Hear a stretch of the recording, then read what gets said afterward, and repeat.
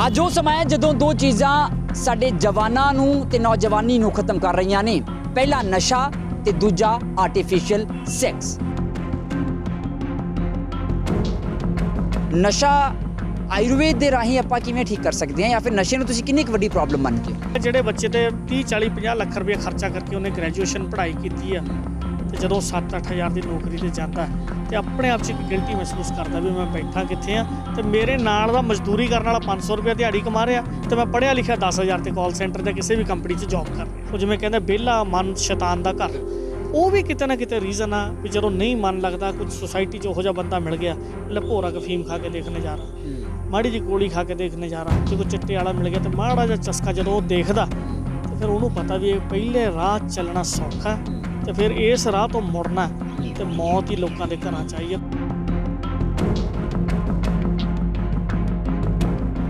Captain ਸਾਹਿਬ ਨੇ ਵੀ ਸਹੁੰ ਚੁੱਕੀ ਸੀ ਜਾਂ ਸਾਨੂੰ ਧਰਾਤਲ ਤੇ ਜ਼ਮੀਨ ਤੇ ਉਤਰ ਕੇ ਕੁਝ ਕਰਨਾ ਪੈਣਾ। ਅੱਜ ਸਰਕਾਰਾਂ ਜੋ ਕੁਝ ਮਰਜ਼ੀ ਕਹਿੰਦੀਆਂ ਫਿਰਨ, ਅੱਜ ਲੋਕਾਂ ਕੋਲੇ ਗੱਡੀਆਂ ਨੇ, ਕਾਰਾਂ ਨੇ, ਕੋਠੀਆਂ ਨੇ, ਪੈਸਾ ਹੈਗਾ, ਸਭ ਚੀਜ਼ਾਂ ਹੈਗੀਆਂ, ਪਰ ਜਿਨ੍ਹਾਂ ਦੇ ਘਰੇ ਨਾਗਾਂ ਵਰਗੇ ਜਵਾਕ ਨੇ ਨਾ, ਜਿਹੜੇ ਸਵੇਰੇ ਉੱਠਦੇ 5-5 ਹਜ਼ਾਰ ਰੁਪਏ ਮੰਗਦੇ ਆ, ਪੁੱਛ ਕੇ ਉਹਨਾਂ ਮਾਂ ਬਾਪਾਂ ਨੂੰ ਦੇਖੋ ਵੀ ਪੈਸਾ ਕੰਮ ਕਰਦਾ।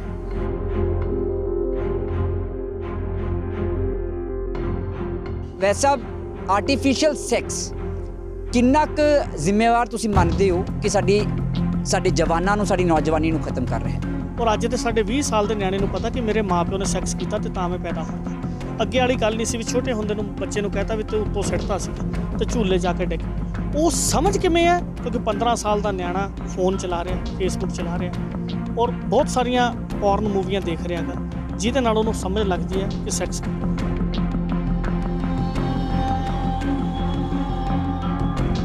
ਕੈਨੇਡਾ, ਅਮਰੀਕਾ, ਰਸ਼ੀਆ, ਯੂਰਪ 'ਚ ਉੱਥੇ ਓਰਲ ਸੈਕਸ ਇਸ ਕਰਕੇ ਲੋਕ ਕਰਦੇ ਆ ਕਿਉਂਕਿ ਉੱਥੇ ਠੰਡ ਬਹੁਤ ਆ, ਇੰਗਲੈਂਡ 'ਚ ਠੰਡ ਬਹੁਤ ਆ ਔਰ ਬੰਦੇ ਨੂੰ ਗਰਮ ਕਰਨ ਵਾਸਤੇ ਉੱਥੇ ਓਰਲ ਸੈਕਸ ਆ, ਕਿਉਂਕਿ ਜੀਭ ਤੇ ਟੰਕ ਦੀ ਮੂੰਹ ਦੀ ਹੀਟ ਬਹੁਤ ਹੈ। ਇੱਥੇ ਮਰਦਾਨਾ ਤਾਕਤ ਵਾਲਾ ਬੰਦਾ ਕਿਹੜੀ ਦਵਾਈ ਖਰੀਦ ਰਿਹਾ? ਅਫਰੀਕਾ ਦੇ ਬੰਦੇ ਦੀ ਪੌਰਨ ਮੂਵੀ ਦੇਖੀ ਤੇ ਮੇਰੇ ਵਰਗੇ ਕੋਲੇ ਤੁਰਿਆ ਪਿਆ ਵੈਸਾ ਮੇਰੀ ਇੰਦਰੀ ਵੱਡੀ ਕਰ। ਜਿਹੜੇ ਲੋਕ ਓਰਲ ਸੈਕਸ ਕਰਦੇ ਆ, ਅਣਕੁਦਰਤੀ ਸੈਕਸ ਕਰਦੇ ਆ, 90% ਲੋਕਾਂ ਦੀ ਪੈਨਿਸ ਸੁੰਗੜ ਗਈ ਇਸੇ ਕਰਕੇ, ਕਿਉਂਕਿ ਸਾਡੀ ਜੀਭ ਦੀ ਟੰਕ ਦੀ ਜਿਹੜੀ ਹੀਟ ਹੈ ਉਹ ਸਾਰੀਆਂ ਨਸਾਂ ਬੰਦੇ ਦੀ ਇੰਦਰੀ ਦੀਆਂ ਡੈਮੇਜ ਕਰਦੀ। ਅਗਰ ਤੂੰ ਆਪਣੀ ਘਰ ਵਾਲੀ ਨੂੰ ਸੁੱਖ ਦੇਣਾ ਚਾਹੁੰਦਾ, ਅਗਰ ਤੂੰ ਹੈਲਥੀ ਬੱਚੇ ਪੈਦਾ ਕਰਨਾ ਚਾਹੁੰਦਾ, ਔਰ ਇੱਥੇ ਤੱਕ ਮੈਂ ਲੋਕਾਂ ਨੂੰ ਦੱਸਣੀ ਚਾਹੁੰਦਾ ਗੱਲ, ਜੇ ਤੁਸੀਂ ਵਾਕਈ ਬਿਮਾਰੀਆਂ ਤੋਂ ਬਚਣਾ ਚਾਹੁੰਦੇ ਹੋ, ਸਾਰੀ ਜ਼ਿੰਦਗੀ ਭਲਵਾਨ ਰਹਿਣਾ ਚਾਹੁੰਦੇ ਹੋ, ਤਕੜੇ ਰਹਿਣਾ ਚਾਹੁੰਦੇ ਹੋ, ਗੋਰੇ ਚਿੱਟੇ ਰਹਿਣਾ ਚਾਹੁੰਦੇ ਹੋ, ਤੇ ਆਪਣੇ ਵੀਰ ਜੀ ਦੀ ਕਦਰ ਕਰੋ। ਅੱਜ ਤੁਸੀਂ ਵੱਟਾਂ ਤੇ ਡੋਲਦੇ ਹੋ ਤੇ ਕੱਲ ਨੂੰ ਨੱਕ ਰਗੜੋਗੇ ਦੁਨੀਆ ਦੇ ਸਾਹਮਣੇ ਜਾ ਕੇ, ਕਿਉਂਕਿ ਵੀਰ ਜੀ ਦੀ ਕਦਰ ਨਹੀਂ ਤੁਸੀਂ ਕਰੀ ਤੇ ਸਮਝੋ ਤੁਹਾਡੀ ਕਦਰ ਕਦੇ ਨਹੀਂ।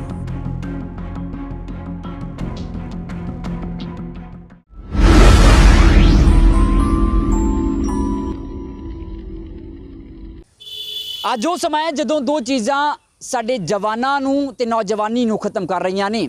ਪਹਿਲਾ ਨਸ਼ਾ ਤੇ ਦੂਜਾ ਆਰਟੀਫੀਸ਼ੀਅਲ ਸੈਕਸ। ਦ ਖਬਰਸਾਰ ਦੇਖ ਰਹੇ ਹੋ ਤੁਸੀਂ ਤੇ ਮੈਂ ਹਾਂ ਤੁਹਾਡੇ ਨਾਲ ਠਾਕੁਰ ਅਮਨਦੀਪ ਸਿੰਘ।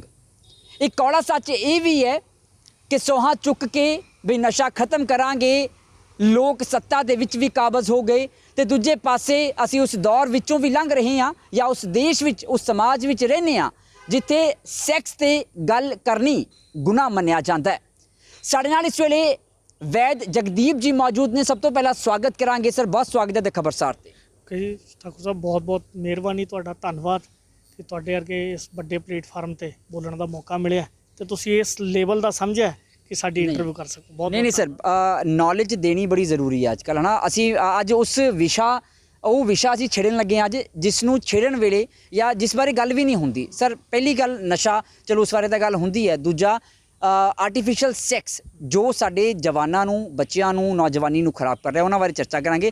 ਸਭ ਤੋਂ ਪਹਿਲਾਂ ਸਰ, ਤੁਸੀਂ ਆਯੁਰਵੇਦ ਤੋਂ ਆਉਂਦੇ ਹੋ, ਪ੍ਰੈਕਟਿਸ ਤੁਸੀਂ ਕਰਦੇ ਹੋ। ਨਸ਼ਾ, ਇੱਕ ਨਸ਼ੇ ਨੂੰ ਲੈ ਕੇ ਉੜਤਾ ਪੰਜਾਬ ਨੂੰ ਬੜਾ ਬਦਨਾਮ ਕੀਤਾ ਗਿਆ। ਮੇਰੇ ਖਿਆਲ ਹਾਕੀ ਖਿਡਾਰੀਆਂ ਨੇ ਦੱਸਤਾ ਪੰਜਾਬ ਕਿੰਨਾ ਕੁ ਉੱਡਦਾ ਹੈ ਨਾ। ਹੁਣ ਮੈਡਲ ਜਿੱਤ ਕੇ ਲੈ ਕੇ ਆਏ ਨੇ, ਕਈਆਂ ਦੇ ਮੂੰਹ 'ਤੇ ਚਪੇੜ ਵੱਜੀ ਹੈ। ਨਸ਼ਾ ਆਯੁਰਵੇਦ ਦੇ ਰਾਹੀਂ ਆਪਾਂ ਕਿਵੇਂ ਠੀਕ ਕਰ ਸਕਦੇ ਹਾਂ, ਜਾਂ ਫਿਰ ਨਸ਼ੇ ਨੂੰ ਤੁਸੀਂ ਕਿੰਨੀ ਕੁ ਵੱਡੀ ਪ੍ਰੋਬਲਮ ਮੰਨਦੇ ਹੋ? ਦੇਖੋ ਠਾਕੁਰ ਸਾਹਿਬ, ਸਭ ਤੋਂ ਵੱਡੀ ਗੱਲ ਜਿਹੜੀ ਹੈ ਸਮਾਜ ਦੇ ਵਿੱਚ ਕੀ ਹੈ ਵੀ ਪ੍ਰਚਾਰ ਤੇ ਪ੍ਰਸਾਰ ਦਾ ਕੰਮ ਆ। ਅੱਜ ਜਿਹੜਾ ਨੌਜਵਾਨਾਂ ਦੇ ਅੰਦਰ ਆ ਕਿ ਨੌਜਵਾਨ ਬੱਚਿਆਂ ਕੋਲੇ ਰੁਜ਼ਗਾਰ ਖਤਮ ਆ, ਕੰਮ ਕਰਨ ਵਾਸਤੇ ਫੀਲਡ 'ਚ ਕੰਮ ਕਰਨ ਵਾਲਾ ਤੇ ਜਾਂ ਰੁਜ਼ਗਾਰ ਦਾ ਕੰਮ ਕਰਨ ਵਾਲਾ ਉਹ ਬਿਲਕੁਲ ਖਤਮ ਹੈ। ਬੱਚਾ +2 ਕਰਕੇ ਗ੍ਰੈਜੂਏਸ਼ਨ ਕਰਕੇ ਪੜ੍ਹਾਈ ਕਰਨ ਤੋਂ ਬਾਅਦ ਉਹ ਸੋਚ ਰਿਹਾ ਕਿ ਮੈਂ ਜਾਵਾਂ ਕਿੱਥੇ ਤੇ ਕੰਮ ਕੀ ਕਰਾਂ ਤੇ ਕਿਵੇਂ ਘਰਦਿਆਂ ਦਾ ਬੋਝ ਹਲਕਾ ਕਰਾਂ ਜਿਹੜੇ ਪੈਸੇ ਮੇਰੇ ਤੇ ਉਹਨਾਂ ਨੇ ਖਰਚ ਕੀਤੇ ਆ। ਲੇਕਿਨ ਜਦੋਂ ਗ੍ਰੈਜੂਏਸ਼ਨ ਕੀਤਾ ਬੱਚਾ, ਕੱਲੇ ਨਿਆਣੇ ਆ ਸਾਡੇ, ਲੜਕਾ ਤੇ ਲੜਕੀ ਘਰੇ ਬੈਠੇ ਆ, ਮਾਂ-ਬਾਪ ਸ਼ਾਮ ਨੂੰ ਜਾਂ ਫਾਦਰ ਉਹਨਾਂ ਦੇ ਕੰਮ ਤੋਂ ਆਉਂਦੇ ਆ ਤੇ ਜਵਾਕ ਇੱਕ ਐਸੀ ਗਿਲਟੀ ਮਹਿਸੂਸ ਕਰਦਾ ਕਿ ਮੈਂ ਇਹਨਾਂ ਤੇ ਬੋਝ ਬਣ ਗਿਆ। ਪਹਿਲਾਂ ਤਾਂ ਮੇਰੀ ਪੜ੍ਹਾਈ ਤੇ ਪੈਸਾ ਲੱਗਿਆ, ਮੇਰੇ ਨੂੰ ਪੜ੍ਹਾਉਣ ਤੇ ਖਰਚਾ ਕੀਤਾ, ਮੋਟਰਸਾਈਕਲ ਦੇ ਖਰਚੇ ਨੇ, ਯੂਨੀਵਰਸਿਟੀਆਂ ਦੇ ਖਰਚੇ, ਸਕੂਲਾਂ ਦੇ ਖਰਚੇ, ਔਰ ਸਾਰੀਆਂ ਚੀਜ਼ਾਂ ਕਮਰਸ਼ੀਅਲ ਨੇ ਕਿਉਂਕਿ ਸਹਿਯੋਗ ਦੇਣ ਨਾਲ ਹੁਣ ਉਹ ਪੜ੍ਹਾਈਆਂ ਰਹੀਆਂ ਨਹੀਂ ਆ ਫ੍ਰੀ ਪੜ੍ਹਾਉਣ ਵਾਲੀਆਂ। ਮਹਿੰਗੇ ਸਕੂਲਾਂ ਦੀ ਪੜ੍ਹਾਈ ਤੋਂ ਬਾਅਦ ਜਿਹੜਾ ਬੱਚਾ ਨਿਕਲਿਆ ਤੇ ਜਦੋਂ ਘਰੇ ਬੈਠਾ ਤੇ ਉਹ ਮਾਂ-ਬਾਪ ਨੂੰ ਵੀ ਇਹ ਲੱਗਦਾ ਵੀ ਇਹ ਕੁਝ ਕਰਦਾ ਨਹੀਂਗਾ ਤੇ ਬੱਚਾ ਇੱਕ ਆਪਣੇ ਆਪ ਨੂੰ ਮਾਯੂਸ ਮਹਿਸੂਸ ਕਰਦਾ ਕਿ ਮੈਂ ਇਹਨਾਂ ਤੇ ਬੋਝ ਬਣੀ ਜਾਂਦਾ ਗਾ। ਪਹਿਲਾਂ ਪੜ੍ਹਾਈ ਦਾ ਖਰਚਾ ਕੀਤਾ ਤੇ ਹੁਣ ਮੇਰੀ ਰੋਟੀ ਪਾਣੀ ਦਾ ਖਰਚਾ ਕਰਦੇ ਤੇ ਸ਼ਾਮ ਨੂੰ ਮੈਂ 10 ਰੁਪਏ ਵੀ ਕਮਾਉਣ ਜੋਗਾ ਹੈ ਨਹੀਂਗਾ। ਉਹਦੇ ਨਾਲੋਂ ਮਜ਼ਦੂਰ ਬੰਦਾ ਅੱਜ 500-400 ਰੁਪਏ ਦਿਹਾੜੀ ਕਮਾ ਕੇ ਆਪਣੇ ਬੱਚੇ ਪਾਲ ਰਿਹਾ, ਪਰ ਪੜ੍ਹੇ ਲਿਖੇ ਹੋ ਕੇ ਮਜ਼ਦੂਰਾਂ ਨੂੰ ਵੀ ਬੱਤਰ ਨੇ, ਖਾਸ ਕਰਕੇ ਪੰਜਾਬ ਦੇ ਨੌਜਵਾਨ। ਦੂਸਰੀ ਵੱਡੀ ਗੱਲ ਆ ਜਿਹੜੇ ਬੱਚੇ ਨਸ਼ੇ ਵਾਲੇ ਪਾਸੇ ਨੂੰ ਜਾ ਰਹੇ, ਕਮਜ਼ੋਰ ਦਿਲ ਦੇ ਬੱਚੇ ਆ। ਆਪਣੇ ਆਪ ਨੂੰ ਮਾਰ ਲੈਣਾ ਬਹੁਤ ਵੱਡੀ ਗੱਲ ਹੈ, ਆਪਣੇ ਆਪ ਨੂੰ ਗਲ ਦੇ ਵਿੱਚ ਫਾਹਾ ਲਾ ਦੇਣਾ, ਜ਼ਹਿਰ ਖਾ ਲੈਣੀ, ਨਹਿਰ ਦੇ ਵਿੱਚ ਛਾਲ ਮਾਰ ਕੇ ਮਰ ਜਾਣਾ। ਪਰ ਪੜ੍ਹੇ ਲਿਖੇ ਨੌਜਵਾਨਾਂ 'ਚ ਵੀ ਇਹ ਮਾਯੂਸੀ ਕਿਉਂ ਆਈ? ਕਿਉਂਕਿ ਜਿਹੜੇ ਬੱਚਿਆਂ ਦੇ ਘਰੇ ਮਾਂ-ਬਾਪ ਦਾ ਉਹੋ ਜਿਹਾ ਸਹਿਯੋਗ ਨਾ ਮਿਲਣਾ। ਗਲਤੀ ਜਵਾਕ ਦੀ ਕੋਈ ਨਹੀਂ, ਪੜ੍ਹਿਆ ਲਿਖਿਆ ਬੱਚਾ, ਪਰ ਜੇ ਜੌਬ ਨਹੀਂ ਮਿਲਦੀ ਤਾਂ ਜਾਵੇ ਕਿੱਥੇ? ਤੇ ਜੇ ਘਰ ਦੇ ਆਸਰਾ ਨਹੀਂ ਬਣਨਗੇ ਤੇ ਆਸਰਾ ਬਣੂ ਕੌਣ? ਇਹ ਸਭ ਤੋਂ ਵੱਡੀ ਗੱਲ ਹੈ। ਬਹੁਤ ਸਾਰੇ ਬੱਚੇ ਜਿਹੜੇ ਸੁਸਾਈਡ ਕਰ ਗਏ, ਉਹ ਵੀ ਇੱਕ ਮੇਨ ਕਾਰਨ ਹੈ ਕਿ ਉਹਨਾਂ ਕੋਲ ਕੰਮ ਦਾ ਸਕੋਪ ਹੈ ਨਹੀਂ, ਕੰਮ ਕਰਨ ਵਾਸਤੇ ਹੈ ਨਹੀਂ, ਦਿਹਾੜੀ ਲਾਉਣ ਵਾਸਤੇ ਹੈ ਨਹੀਂ, ਜੌਬ ਕਿਤੇ ਮਿਲਦੀ ਨਹੀਂ। ਤੇ ਜੇ ਮਿਲਦੀ ਆ, ਜਿਹੜੇ ਬੱਚੇ ਤੇ 30-40-50 ਲੱਖ ਰੁਪਏ ਖਰਚਾ ਕਰਕੇ ਉਹਨੇ ਗ੍ਰੈਜੂਏਸ਼ਨ ਪੜ੍ਹਾਈ ਕੀਤੀ ਆ ਤੇ ਜਦੋਂ 7-8 ਹਜ਼ਾਰ ਦੀ ਨੌਕਰੀ ਤੇ ਜਾਂਦਾ ਤੇ ਆਪਣੇ ਆਪ 'ਚ ਇੱਕ ਗਿਲਟੀ ਮਹਿਸੂਸ ਕਰਦਾ ਵੀ ਮੈਂ ਬੈਠਾ ਕਿੱਥੇ ਆ ਤੇ ਮੇਰੇ ਨਾਲ ਦਾ ਮਜ਼ਦੂਰੀ ਕਰਨ ਵਾਲਾ 500 ਰੁਪਏ ਦਿਹਾੜੀ ਕਮਾ ਰਿਹਾ ਤੇ ਮੈਂ ਪੜ੍ਹਿਆ ਲਿਖਿਆ 10,000 ਤੇ ਕਾਲ ਸੈਂਟਰ ਜਾਂ ਕਿਸੇ ਵੀ ਕੰਪਨੀ 'ਚ ਜੌਬ ਕਰ ਰਿਹਾ। ਇਹ ਵੀ ਸਭ ਤੋਂ ਵੱਡਾ ਕਾਰਨ ਹੈ ਨਸ਼ੇ ਦਾ। ਦੂਸਰਾ ਜਿਹੜਾ ਕਾਰਨ ਹੈ ਕਿ ਤੁਹਾਡੀ ਸੁਸਾਇਟੀ ਜਿਹੜੀ ਹੈ, ਅੱਗੇ ਯਾਰ ਦੋਸਤ ਪਿੰਡਾਂ ਦੇ ਵਿੱਚੋਂ ਲੱਭਣੇ ਪੈਂਦੇ ਸੀਗੇ ਕਿਉਂਕਿ ਸਾਰੇ ਬੰਦੇ ਖੇਤੀ ਦਾ ਕਿੱਤਾ ਕਰਦੇ ਸੀ, ਕੰਮ ਕਰਦੇ ਸੀ, ਬਜ਼ੁਰਗ ਆਪ ਕੰਮ ਕਰਦੇ, ਖੇਤਾਂ ਨੂੰ ਜਾਣ ਵਾਲੇ ਲੋਕ ਸੀਗੇ। ਜਿਹੜੇ ਪੜ੍ਹੇ ਲਿਖੇ ਸੀ ਉਹ ਸ਼ਹਿਰਾਂ ਦੇ ਵਿੱਚ ਜੌਬ ਕਰਦੇ ਸੀ, ਕਾਰੋਬਾਰ ਕਰਦੇ ਸੀ। ਅੱਜ ਪਿੰਡ ਦੇ ਵਿੱਚ ਜੇ ਇੱਕ ਹਾਕ ਮਾਰੀ ਹੈ ਤੇ ਵਿਹਲੇ ਬਿਜ਼ੀ ਲੋਕ ਨੇ 90%। ਸੱਥਾਂ 'ਚ ਬੈਠੇ ਬਜ਼ੁਰਗ ਤਾਸ਼ ਖੇਡ ਰਹੇ ਆ। ਨੌਜਵਾਨ ਬੱਚੇ ਜੇ ਤੁਸੀਂ ਇੱਕ ਨੂੰ ਆਵਾਜ਼ ਮਾਰਨੀ ਹੈ ਤੇ 50 ਬੱਚੇ ਮਿਲ ਜਾਣਗੇ ਤੁਹਾਨੂੰ ਖਾਲੀ ਜਾਣ ਵਾਲੇ। ਉਹ ਵੀ ਕਿਤੇ ਨਾ ਕਿਤੇ ਰੀਜ਼ਨ ਹੈ ਕਿ ਜਿਹੜਾ ਖਾਲੀ ਸਮਾਂ ਗਾ, ਉਹ ਜਿਵੇਂ ਕਹਿੰਦੇ ਵਿਹਲਾ ਮਨ ਸ਼ੈਤਾਨ ਦਾ ਘਰ, ਉਹ ਵੀ ਕਿਤੇ ਨਾ ਕਿਤੇ ਰੀਜ਼ਨ ਆ ਵੀ ਜਦੋਂ ਨਹੀਂ ਮਨ ਲੱਗਦਾ। ਕੁਝ ਸੁਸਾਇਟੀ 'ਚ ਉਹੋ ਜਿਹਾ ਬੰਦਾ ਮਿਲ ਗਿਆ, ਪਹਿਲਾਂ ਭੋਰਾ ਅਫੀਮ ਖਾ ਕੇ ਦੇਖ ਨਜ਼ਾਰਾ, ਮਾੜੀ ਜਿਹੀ ਗੋਲੀ ਖਾ ਕੇ ਦੇਖ ਨਜ਼ਾਰਾ। ਜੇ ਕੋਈ ਚਿੱਟੇ ਵਾਲਾ ਮਿਲ ਗਿਆ ਤੇ ਮਾੜਾ ਜਿਹਾ ਚਸਕਾ ਜਦੋਂ ਉਹ ਦੇਖਦਾ ਤੇ ਫਿਰ ਉਹਨੂੰ ਪਤਾ ਵੀ ਇਹ ਪਹਿਲੇ ਰਾਹ ਚੱਲਣਾ ਸੌਖਾ ਤੇ ਫਿਰ ਇਸ ਰਾਹ ਤੋਂ ਮੁੜਨਾ ਤੇ ਮੌਤ ਹੀ ਲੋਕਾਂ ਦੇ ਘਰਾਂ 'ਚ ਆਈ ਹੈ। ਤੇ ਹਜ਼ਾਰਾਂ ਨੌਜਵਾਨ ਮੈਂ ਸਮਝਦਾ ਕਿ ਐਡਾ ਵੱਡਾ ਨੁਕਸਾਨ ਪੰਜਾਬ ਦਾ ਹੋ ਗਿਆ। ਜਿਹੜੀਆਂ ਮਾਵਾਂ ਨੇ ਇਕੱਲੇ ਪੁੱਤ ਖੋਏ ਆ। 84 ਦਾ ਦੌਰ ਇਹਦੇ 'ਚੋਂ ਲੰਘਿਆ, ਅੱਤਵਾਦ ਦਾ ਦੌਰ ਲੰਘਿਆ।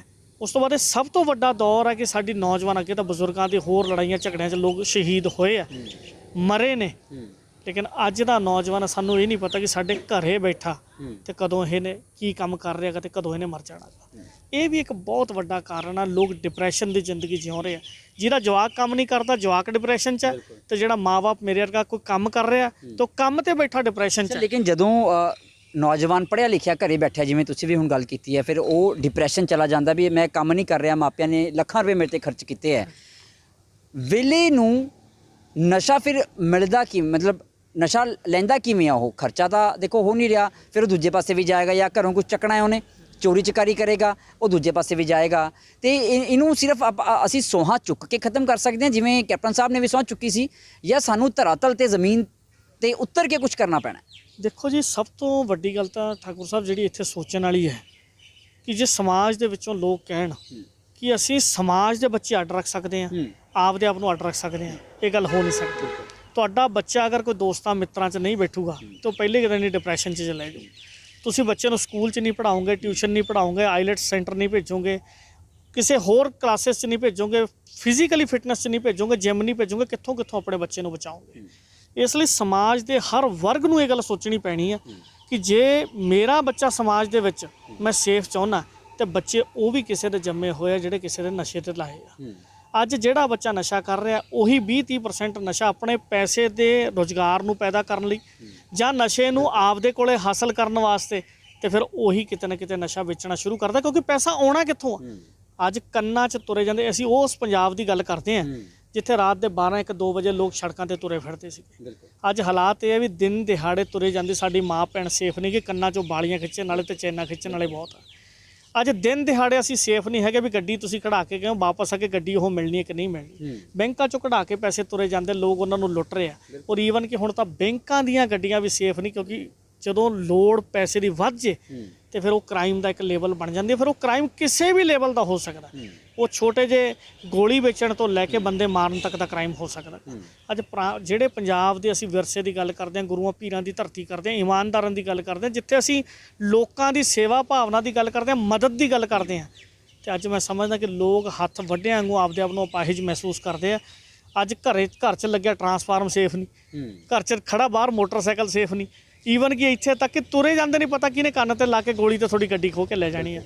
ਪਰ ਇਹ ਕ੍ਰਾਈਮ ਕਿਉਂ ਵੱਧ ਰਿਹਾ, ਇਹ ਵੀ ਇੱਕ ਬਹੁਤ ਵੱਡਾ ਕਾਰਨ ਹੈ ਕਿ ਸਾਡਾ ਨੌਜਵਾਨ ਬੱਚਾ ਫ੍ਰੀ ਹੈ ਤੇ ਉਹਨੂੰ ਹੋਰ ਕੁਝ ਕਰਨ ਵਾਸਤੇ ਹੈ ਨਹੀਂ, ਫਿਰ ਉਹਨੂੰ ਜਿਹੜਾ ਰਸਤਾ ਮਿਲਦਾ ਉਸ ਰਸਤੇ ਤੇ ਤੁਰ ਸਰ ਇੱਕ ਸਵਾਲ ਹੋਰ ਹੈ, ਨਸ਼ਾ ਛੁਡਾਓ ਕੇਂਦਰ ਪੰਜਾਬ ਵਿੱਚ ਬਹੁਤ ਖੁੱਲ੍ਹੇ ਨੇ, ਮੇਰੇ ਖਿਆਲ ਜਿੰਨੇ ਕੁ ਪੰਜਾਬ 'ਚ ਨੇ ਕਿਸੇ ਹੋਰ ਸੂਬੇ 'ਚ ਸ਼ਾਇਦ ਨਾ ਹੋਣ।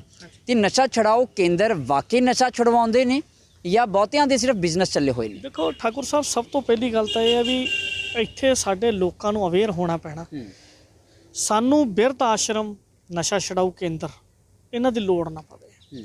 ਅਸੀਂ ਗੱਲ ਕਰਦੇ ਹਾਂ ਵੀ ਸਾਡੇ ਬਜ਼ੁਰਗ, ਸਾਨੂੰ ਇਤਿਹਾਸ ਹੀ ਇਹ ਸੁਣਾਇਆ ਗਿਆ ਵੀ ਮਾਂ-ਬਾਪ ਦੀ ਸੇਵਾ ਕਰਨੀ ਚਾਹੀਦੀ ਹੈ। ਤੇ ਜੇ ਵਾਕਈ ਅਸੀਂ ਇਤਿਹਾਸਕਾਰ ਹਾਂ ਤੇ ਵਾਕਈ ਅਸੀਂ ਜਿਹੜੀ ਗੱਲ ਜ਼ਬਾਨ ਤੋਂ ਕਹਿੰਦੇ ਹਾਂ ਤੇ ਸਾਡੇ ਖੂਨ 'ਚ ਉਹ DNA ਹੈਗਾ, ਤੇ ਫਿਰ ਸਾਨੂੰ ਸ਼ਰਮ ਹੋਣੀ ਚਾਹੀਦੀ ਕਿ ਅਸੀਂ ਆਪਣੇ ਬਜ਼ੁਰਗ ਨੂੰ, ਜਿਹਨੇ ਤੱਤਾ ਕਰਕੇ ਖੇਤੀ ਕੀਤੀ, ਜਿਹਨੇ ਇੰਨੇ ਕੁ ਜਵਾਕ ਨੂੰ ਉਂਗਲ ਫੜ ਕੇ ਤੋਰਿਆ ਹੋਵੇ, ਤੇ ਮੈਂ ਸਮਝਦਾ ਇਹੋ ਜਿਹੀ ਔਲਾਦ ਨਾਲੋਂ ਬੇਔਲਾਦੇ ਮਰ ਜਾਣਾ ਚੰਗਾ। ਤੇ ਆਪਦੇ ਮਾਪਿਆਂ ਨੂੰ ਅਸੀਂ ਜਦੋਂ ਬਿਰਧ ਆਸ਼ਰਮ 'ਚ ਛੱਡ ਕੇ ਆਉਂਦੇ ਹਾਂ ਔਰ ਇਹ ਕਹਿ ਕੇ ਆਉਂਦੇ ਹਾਂ ਕਿ ਇਹਦਾ ਅੱਗੇ ਪਿੱਛੇ ਕੋਈ ਨਹੀਂ ਹੈਗਾ। ਤੇ ਜਿਨ੍ਹਾਂ ਨੇ, ਇੱਕ ਗੱਲ ਮੈਂ ਹੋਰ ਦੱਸਦਾ ਕਿ ਪ੍ਰਮਾਤਮਾ ਜਿਹੜੀ ਚੀਜ਼ ਤੁਹਾਨੂੰ ਦਿੰਦਾ ਉਹ ਤੁਹਾਡੇ ਭਲੇ ਵਾਸਤੇ ਆ। ਮੇਰਾ ਆਪਣਾ ਇੱਕ ਨਿੱਜੀ ਸਰਵੇ ਹੈ, ਪੰਜਾਬ ਦੇ ਵਿੱਚ ਜਿਨ੍ਹਾਂ ਨੇ 2-2 3-3 ਧੀਆਂ ਕੁੱਖਾਂ 'ਚ ਮਾਰੀਆਂ ਤੇ ਮਾਰ ਕੇ ਬੇਟੇ ਪੈਦਾ ਕੀਤੇ ਆ, ਉਹ ਬੇਟੇ ਕਦੇ ਤੁਹਾਨੂੰ ਜ਼ਿੰਦਗੀ 'ਚ ਸੁੱਖ ਨਹੀਂ ਦੇ ਪਾਉਣਗੇ। ਜਿਨ੍ਹਾਂ ਨੇ 5-6 ਕੁੜੀਆਂ ਤੋਂ ਬਾਅਦ ਵੀ ਅਰਦਾਸਾਂ ਕਰ ਕਰਕੇ ਸੁੱਖ ਕੇ ਮੁੰਡੇ ਲਏ ਆ, ਪਰਮਾਤਮਾ ਨੇ ਪਹਿਲੀ ਕੁੜੀ ਦਿੱਤੀ ਤਾਂ ਤੁਹਾਨੂੰ ਸਬਰ ਕੀਤਾ ਵੀ ਇਹਨੂੰ ਪਾਲ ਲਾ, ਤੇਰੇ ਸੁੱਖ 'ਚ ਕੰਮ ਆਊਗੀ। ਦੂਜੀ ਬੇਟੀ ਦਿੱਤੀ, ਅਸੀਂ ਨਹੀਂ ਹਟੇ। ਤੀਜੀ, ਚੌਥੀ, 5ਵੀਂ ਬੀੜੀ। ਔਰ ਮੈਂ ਇਹੋ ਜਿਹੇ ਲੋਕਾਂ ਨੂੰ ਜਾਣਦਾ ਕਿ 5 ਬੇਟੀਆਂ ਤੋਂ ਬਾਅਦ ਵੀ ਜੇ ਬੇਟਾ ਪੈਦਾ ਹੋਇਆ ਤੇ ਕੁੜੀਆਂ ਦੇ ਹੱਥਾਂ 'ਚੋਂ ਸਮਾਨ ਖੋਹ ਕੇ ਮੁੰਡਿਆਂ ਨੂੰ ਦਿੰਦੇ ਰਹੇ ਆ। ਤੇ ਅੱਜ ਉਹ ਮੁੰਡਾ, ਇਹਦੋਂ ਪਤਾ ਲੱਗਦਾ 20 ਸਾਲ ਦਾ ਹੋ ਕੇ ਜਦੋਂ ਬਾਪੂ ਦੇ ਗਲ 'ਚ ਅੰਗੂਠਾ ਦਿੰਦਾ ਵੀ ਧਰ ਇੱਥੇ 2000 ਰੁਪਈਆ। ਉਹ 5 ਧੀਆਂ ਸੀ, ਉਹਨਾਂ ਨੇ ਕਦੇ 200 ਰੁਪਈਆ ਨਹੀਂ ਮੰਗਿਆ। ਅਸੀਂ ਜਦੋਂ ਕੁਦਰਤ ਤੋਂ ਕਦੇ ਵੀ ਉਲਟ ਜਾਵਾਂਗੇ, ਪਰਮਾਤਮਾ ਨੇ 5 ਕੁੜੀਆਂ ਦਿੱਤੀਆਂ ਤੇ ਇਸ ਕਰਕੇ ਦਿੱਤੀਆਂ ਵੀ ਸਬਰ ਕਰ, ਤੈਨੂੰ ਲੋੜ ਨਹੀਂ ਮੁੰਡੇ ਦੀ, ਇਹ ਕੁੜੀਆਂ ਹੀ ਤੇਰੇ ਮੁੰਡੇ ਬਣ ਕੇ ਸਾਥ ਦੇਣਗੀਆਂ।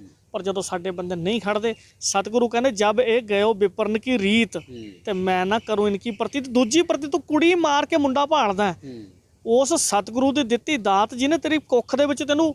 ਔਰ ਜਿਹੜੇ ਘਰਾਂ ਦੇ ਵਿੱਚ ਬੱਚੇ ਪੈਦਾ ਹੁੰਦੇ ਆ, ਉੱਥੇ ਮੈਂ ਇੱਕ ਲੋਕਾਂ ਨੂੰ ਗੱਲ ਇਹ ਦੱਸਣੀ ਚਾਹੁੰਦਾ, ਖਾਸ ਕਰਕੇ ਮਾਂ-ਬਾਪ ਨੂੰ, ਜਿਨ੍ਹਾਂ ਦੇ ਬੱਚੇ ਪੈਦਾ ਨਹੀਂ ਹੋਏ, ਲੋਕ ਸ਼ਗਨ ਨਹੀਂ ਪਾਉਣ ਦਿੰਦੇ ਉਸ ਨੂੰਹ ਨੂੰ। ਮੇਰੇ ਬੱਚਾ ਨਹੀਂ ਨਾ ਪੈਦਾ ਤੇ ਮੈਂ ਜੇ ਕਿਸੇ ਦੇ ਵਿਆਹ 'ਚ ਜਾ ਰਿਹਾ ਤਾਂ ਲੋਕ ਉੱਥੇ ਖੜ ਕੇ ਗੱਲਾਂ ਕਰਦੇ ਹੋਣਗੇ, ਇਹਦੇ ਨਿਆਣਾ ਹੈ ਨਹੀਂ, ਇਹਦਾ ਸ਼ਗਨ ਨਾ ਲਿਓ।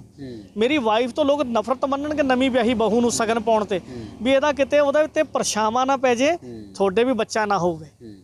ਤੇ ਜਿਨ੍ਹਾਂ ਦੇ ਘਰੇ ਬੱਚੇ ਪੈਦਾ ਹੋਏ, ਸਾਨੂੰ ਉਹਨਾਂ ਦਾ ਵੀ ਧੰਨਵਾਦ ਕਰਨਾ ਚਾਹੀਦਾ ਵੀ ਮੈਨੂੰ ਇਸ ਔਤ ਕਹਿਣ ਤੋਂ ਤੁਸੀਂ ਮੇਰੇ ਤੇ ਮਾਂ-ਬਾਪ ਦਾ ਇੱਕ ਮੈਡਲ ਲਾਇਆ।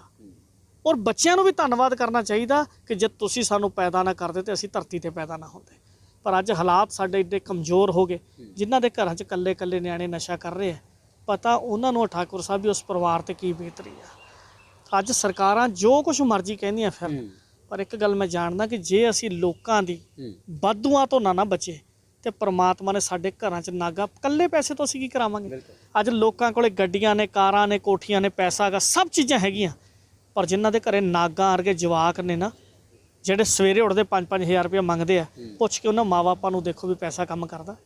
ਜਾਨ ਸੁਕਾਤੀ ਸਾਡੇ ਬਜ਼ੁਰਗ ਜਿਹੜੇ 100-100 ਸਾਲ ਤੱਕ ਜਿਉਣ ਵਾਲੇ ਸੀ, 50-60 ਸਾਲ ਦੇ ਵਿੱਚ ਉਹਨਾਂ ਦੀ ਜ਼ਿੰਦਗੀ ਸਹਿਮ ਗਈ, ਕਿਉਂਕਿ ਆਪਦੇ ਨਿਆਣਿਆਂ ਤੋਂ ਡਰ ਲੱਗੀ ਜਾਂਦਾ ਗਾ ਵੀ ਇਹਦਾ ਚਿੱਟਾ ਪੀ ਕੇ ਪਤਾ ਨਹੀਂ ਕਦੋਂ ਸਿਰ ਵੜਦੇ, ਇਹਦਾ ਚਿੱਟਾ ਪੀ ਕੇ ਜਾਂ ਇਹ ਨਹੀਂ ਪਤਾ ਮੇਰੇ ਗੋਲੀ ਮਾਰਦੇ। ਅੱਜ ਹਜ਼ਾਰਾਂ ਬੰਦੇ ਇਸੇ ਦੁਸ਼ਮਣੀਆਂ ਦੇ ਕਰਕੇ ਇੱਕ ਦੂਜੇ ਦੇ ਕਾਤਲ ਬਣ ਗਏ। ਇਹ ਬਿਲਕੁਲ ਕੌੜਾ ਸੱਚ ਹੈ। ਕਈ ਇੱਦਾਂ ਦੇ ਮਾਮਲੇ ਸਾਹਮਣੇ ਵੀ ਆਏ ਨੇ ਵੀ ਪੁੱਤ ਨੇ ਮਾਂ ਨੂੰ ਜਾਂ ਤਾਂ ਮਾਰਿਆ, ਕੁੱਟਿਆ ਜਾਂ ਕਤਲ ਕਰ ਦਿੱਤਾ ਸਿਰਫ ਕਿਉਂਕਿ ਮਾਂ ਨੇ ਪੈਸੇ ਨਹੀਂ ਦਿੱਤੇ ਨਸ਼ਾ ਕਰਨ ਦੇ ਲਈ। ਇਹ ਬਹੁਤ ਖਬਰਾਂ ਨੇ, ਜੇ ਅਸੀਂ ਗੂਗਲ ਵੀ ਕਰੀਏ ਬਹੁਤ ਖਬਰਾਂ ਆਉਣਗੀਆਂ। ਪਰ ਵੈਸੇ ਇਹਦਾ ਇਸ ਤੋਂ ਨਿਜਾਤ ਅਸੀਂ ਕਿਵੇਂ ਪਾਵਾਂਗੇ ਨਸ਼ੇ ਤੋਂ? ਜੇ ਜਿਵੇਂ ਤੁਸੀਂ ਵੀ ਕਿਹਾ ਕਿ ਮਾਪਿਆਂ ਨੂੰ ਡਰ ਹੈ ਕਿ ਸਾਨੂੰ ਪੈਸਿਆਂ ਕਰਕੇ ਨਾ ਮਾਰ ਦੇਵੇ, ਅਸੀਂ ਜੇ ਨਸ਼ੇ ਨੂੰ ਪੈਸੇ ਨਾ ਦਿੱਤੇ, ਤੇ ਉਹਨਾਂ ਮਾਪਿਆਂ ਲਈ ਕੋਈ ਇਦਾਂ ਦੀ ਕੋਈ ਤੁਹਾਡੇ ਕੋਲ ਕੋਈ ਹੈਗੀ ਹੈ ਜੇ ਅਸੀਂ ਉਹਨਾਂ ਨੂੰ ਦੱਸ ਸਕੀਏ ਵੀ ਨਸ਼ਾ ਵੀ ਛੱਡਿਆ ਜਾ ਸਕਦਾ, ਕੋਈ ਵੱਡੀ ਗੱਲ ਨਹੀਂ ਹੈਗੀ? ਠਾਕੁਰ ਸਾਹਿਬ, ਮੈਂ ਲੋਕਾਂ ਨੂੰ ਇੱਕ ਹੱਥ ਜੋੜ ਕੇ ਅਪੀਲ ਕਰਨੀ ਚਾਹੁੰਦਾ ਕਿ ਤੁਸੀਂ ਬੱਚੇ ਨੂੰ ਜਿਹਨੂੰ ਪੈਦਾ ਕਰਦੇ ਹੋ ਉਹਨੂੰ ਥੋੜ੍ਹੀ ਸੰਭਾਲਣ ਦੀ ਜ਼ਿੰਮੇਵਾਰੀ ਕਿੰਨੀ ਨਿਭਾਉਂਦੇ ਹੋ। ਲੋਕਾਂ ਕੋਲੇ ਇੰਨਾ ਕੁ ਪੈਸਾ ਹੈਗਾ ਵੀ ਉਹਨਾਂ ਨੂੰ ਸਕੂਲ ਜਾਣ ਦੀ ਲੋੜ ਨਹੀਂ ਸੀ, ਆਪਣੇ ਬੱਚਿਆਂ ਨੂੰ ਭੇਜਣ ਦੀ ਲੋੜ ਨਹੀਂ ਸੀ। ਆਪਣੀ ਕੰਟਰੀ 'ਚ ਬਹੁਤ ਅਮੀਰ ਬੰਦੇ ਆ, ਆਪਦੇ ਬੱਚਿਆਂ ਨੂੰ ਉਹ ਘਰੇ ਮਾਸਟਰ ਬੁਲਾ ਕੇ ਪੜ੍ਹਾ ਸਕਦੇ ਸੀਗੇ, ਸਾਰੀ ਐਜੂਕੇਸ਼ਨ ਘਰੇ ਦੇ ਸਕਦੇ ਸੀ, ਸਕੂਲ ਖੋਲ੍ਹ ਸਕਦੇ ਸੀ, ਉਹਨਾਂ ਦਾ ਇਕੱਲਾ ਬੱਚਾ ਪੜ੍ਹ ਸਕਦਾ ਸੀਗਾ। ਲੇਕਿਨ ਸਕੂਲ ਤਾਂ ਭੇਜੇ ਕਿ ਸਕੂਲ ਇੱਕ ਸਿੱਖਿਆ ਦਾ ਕੇਂਦਰ ਸੀਗਾ। ਮੈਨੂੰ ਬੈਠਣਾ ਆਉਣਾ ਸੀ, ਮੈਨੂੰ ਸੰਗਤ 'ਚ ਗੱਲ ਕਰਨੀ ਆਉਣੀ ਸੀ, ਬੱਚਿਆਂ ਨਾਲ ਕਿਵੇਂ ਵਿਚਰਨਾ ਉਹ ਸਿੱਖਣਾ ਸੀ, ਮੈਂ ਟਿਫਨ ਕਿਵੇਂ ਖਾਣਾ, ਮੈਂ ਬਸਤਾ ਕਿਵੇਂ ਸੰਭਾਲਣਾ, ਮੈਂ ਸਵੇਰੇ ਉੱਠ ਕੇ ਐਜੂਕੇਸ਼ਨ ਲਈ ਜਾਣਾ ਕਿਵੇਂ, ਤਿਆਰ ਕਿਵੇਂ ਹੋਣਾ, ਬੱਸ 'ਚ ਕਿਵੇਂ ਬਹਿਣਾ, ਤੇ ਆ ਕੇ ਮੈਂ ਕਿਹੜੇ ਸ਼ਬਦ ਯੂਜ਼ ਕਰਨੇ। ਇਸ ਕਰਕੇ ਸਕੂਲ ਬਣੇ ਸੀ। ਜਿੰਨਾ ਮਾਂ ਬਾਪਾਂ ਨੂੰ ਅਸੀਂ ਸਕੂਲ ਦਾ ਕੇਂਦਰ ਮੰਨਦੇ ਹਾਂ ਵੀ ਸਾਨੂੰ ਘਰੋਂ ਸਿੱਖਿਆ 6 ਘੰਟੇ ਦੇ ਸਕੂਲ ਦੀ ਸਿੱਖਿਆ ਤਾਂ ਅਸੀਂ ਸਮਝਦੇ ਹਾਂ, ਪਰ 18 ਘੰਟੇ ਜਿਹੜਾ ਨਿਆਣਾ ਸਾਡੇ ਘਰੇ ਰਿਹਾ ਅਸੀਂ ਉਹਨੂੰ ਕੀ ਸਿੱਖਿਆ ਦਿੱਤੀ ਆ, ਇਹ ਸਭ ਤੋਂ ਵੱਡਾ ਕੰਮ ਆ। ਅੱਜ ਸਾਡੇ ਮਾਂ-ਬਾਪ ਨੇ ਜਦੋਂ +2 'ਚ ਬੱਚਾ ਪੜ੍ਹ ਗਿਆ ਅਸੀਂ ਉਹਨੂੰ ਕਦੇ ਪੁੱਛਦੇ ਹੀ ਨਹੀਂ ਕਿ ਪੁੱਤਰ ਕੋਈ ਗੱਲ ਨਹੀਂ, ਜੇ ਤੈਨੂੰ ਹੋਰ ਕੁਝ ਨਹੀਂ ਮਿਲਦਾ ਮੈਂ ਤੇਰੇ ਨਾਲ ਖੜਾ। ਹਜ਼ਾਰਾਂ ਬੱਚੇ ਜਿਹੜੇ ਸਾਡੀ ਐਜੂਕੇਸ਼ਨ ਲੈਂਦੇ ਆ ਸਾਡੇ ਤੋਂ, ਅਸੀਂ ਡੀ ਐਡਿਕਸ਼ਨ ਦੇ ਕੈਂਪ ਲਾਉਂਦੇ ਆ, ਜਦੋਂ ਅਸੀਂ ਉਹਨਾਂ ਨੂੰ ਪੁੱਛਦੇ ਆ ਕਿ ਤੁਸੀਂ ਕਿੱਥੋਂ ਸ਼ੁਰੂ ਹੋਏ, ਉਹ ਕਹਿੰਦੇ ਘਰੇ ਬਾਪੂ ਜੀ ਆ ਜਾਂਦੇ ਸੀ ਤਾਂ ਡਰ ਲੱਗਦਾ ਸੀਗਾ ਵੀ ਇਹਨੇ ਆਉਣ ਸਰ ਗੱਲ ਇਹ ਕਹਿਣੀ ਵੀ ਆ ਫਿਰਦਾ ਬਿੱਲ ਅੜੇ ਤੋਂ ਕਰਾਉਣਾ ਕੀ ਹੈ। ਪਰ ਸੋਚਣ ਵਾਲੀ ਗੱਲ ਇਹ ਆ ਵੀ ਉਸ ਨਿਆਣੇ ਦਾ ਕੀ ਕਸੂਰ ਆ, ਤੁਸੀਂ ਲਵਾਓ ਨਾ ਉਹਨੂੰ ਕਿਸੇ ਨੌਕਰੀ ਤੇ। ਅਸੀਂ ਬੱਚੇ ਨੂੰ ਇਹ ਗੱਲ ਸਿਖਾਈ ਨਹੀਂ, ਕੈਨੇਡਾ 'ਚ ਜਾ ਕੇ ਅਖਬਾਰ ਸਵੇਰੇ 10 ਸਾਲ ਦਾ ਬੱਚਾ ਵੰਡ ਸਕਦਾ, ਅਸੀਂ ਕਦੇ ਬੱਚੇ ਨੂੰ ਐਜੂਕੇਸ਼ਨ ਹੀ ਨਹੀਂ ਦਿੱਤੀ। ਔਰ ਸਭ ਤੋਂ ਵੱਡਾ ਕਾਰਨ ਇੱਕ ਮੈਂ ਲੋਕਾਂ ਨੂੰ ਦੱਸਣਾ ਚਾਹੁੰਦਾ ਕਿ ਤੁਸੀਂ ਉਹ ਕੱਲਾ ਪੈਸਾ ਕਮਾਇਆ ਹੋਇਆ ਬੱਚਿਆਂ ਦੀ ਜੇਬ 'ਚ ਪਾਤਾ। ਤੁਹਾਡਾ ਨਿਆਣਾ ਬੈਠਾ 36-35 ਲੱਖ ਦੀ ਕਿਸੇ ਗੱਡੀ 'ਚ, ਉਹ ਬੈਠਾ ਫੋਰਚੂਨਰ ਗੱਡੀ 'ਚ, ਤੇ ਸਾਈਕਲ ਵਾਲਾ ਲੰਘਦਾ ਹੋਵੇ, ਤੁਹਾਡੇ ਜਵਾਕ ਨੂੰ ਚਾਹੀਦਾ ਇਹ ਤਾਂ ਬਾਪੂ ਪੈਰਾਂ ਨਾਲ ਤੁਰਿਆ ਜਾਂਦਾ, ਪਰ ਗੱਡੀ 'ਚ ਬੈਠਾ ਤੁਹਾਡਾ ਨਿਆਣਾ ਉਹਨੂੰ ਗਾਲਾਂ ਕੱਢਦਾ ਵੀ ਤੈਨੂੰ ਦੀਂਦਾ ਨਹੀਂ ਅੰਨਾ ਤੂੰ ਮੈਂ ਲੰਘਣਾ। ਕਿਉਂਕਿ ਅਸੀਂ ਉਹ ਐਜੂਕੇਸ਼ਨ ਆਪਣੇ ਬੱਚਿਆਂ ਨੂੰ ਦੇ ਨਹੀਂ ਸਕੇ। ਅਸੀਂ ਵੱਡੀਆਂ ਗੱਡੀਆਂ ਲੈ ਕੇ ਤਾਂ ਦੇਤੀਆਂ, ਪਰ ਗੱਡੀਆਂ ਲੈਣ ਵਾਲੇ ਨਹੀਂ ਬਣਾ ਸਕੇ। ਅਸੀਂ ਪੈਸੇ 10-10 ਕਰੋੜ ਦਾ ਕਿੱਲਾ ਵੇਚ ਕੇ ਤਾਂ ਦੇਤੇ, ਪਰ ਆਪਣੇ ਜਵਾਕ ਨੂੰ ਇਹ ਐਜੂਕੇਸ਼ਨ ਨਹੀਂ ਦੇ ਸਕੇ ਵੀ ਇਹ ਪੈਸਾ ਬਣਦਾ ਕਿਵੇਂ, ਕਮਾਈ ਕਿਵੇਂ ਹੁੰਦੀ ਹੈ। ਅੱਜ ਸਾਡੇ ਹਾਲਾਤ ਆ ਵੀ ਅਸੀਂ 5 ਕਰੋੜ ਦਾ ਕਿੱਲਾ ਵੇਚ ਕੇ ਗੱਡੀਆਂ, ਕੋਠੀਆਂ, ਕਾਰਾਂ ਵੱਡੀਆਂ ਤਾਂ ਲੈ ਲਈਆਂ, ਪਰ ਉਹ ਪੈਸਾ ਕਿਵੇਂ ਬਣਿਆ ਸੀ ਪੁੱਛ ਕੇ ਦੇਖੋ ਪੁਰਾਣੇ ਬਜ਼ੁਰਗ ਨੂੰ, ਜਿਹਨੇ ਜੁੱਤੀਆਂ ਦੇ ਥੱਲੇ ਪਤਾਵੇ ਪਾ ਕੇ ਉਹ ਜ਼ਮੀਨ ਨੂੰ ਸੰਭਾਲਿਆ ਸੀ। ਪੁੱਛ ਕੇ ਦੇਖੀਏ ਉਹ ਬਜ਼ੁਰਗਾਂ ਨੂੰ ਜਿਨ੍ਹਾਂ ਨੇ ਤੱਤਾ ਕਰਕੇ ਹਲਟਾਂ ਦਾ ਪਾਣੀ ਲਾ ਕੇ ਜ਼ਮੀਨ ਨੂੰ ਬਚਾਇਆ, ਪਰ ਇੱਕ ਬਿੱਘਾ ਜ਼ਮੀਨ ਨਹੀਂ ਵੇਚੀ। ਅਸੀਂ ਵੇਚ ਕੇ ਜੇ ਘਰ ਬਣਾਏ ਨੇ, ਆਪਦੀ ਕਮਾਈ ਤਾਂ ਸਾਡੀ ਕੁਛ ਨਾ ਹੋਈ।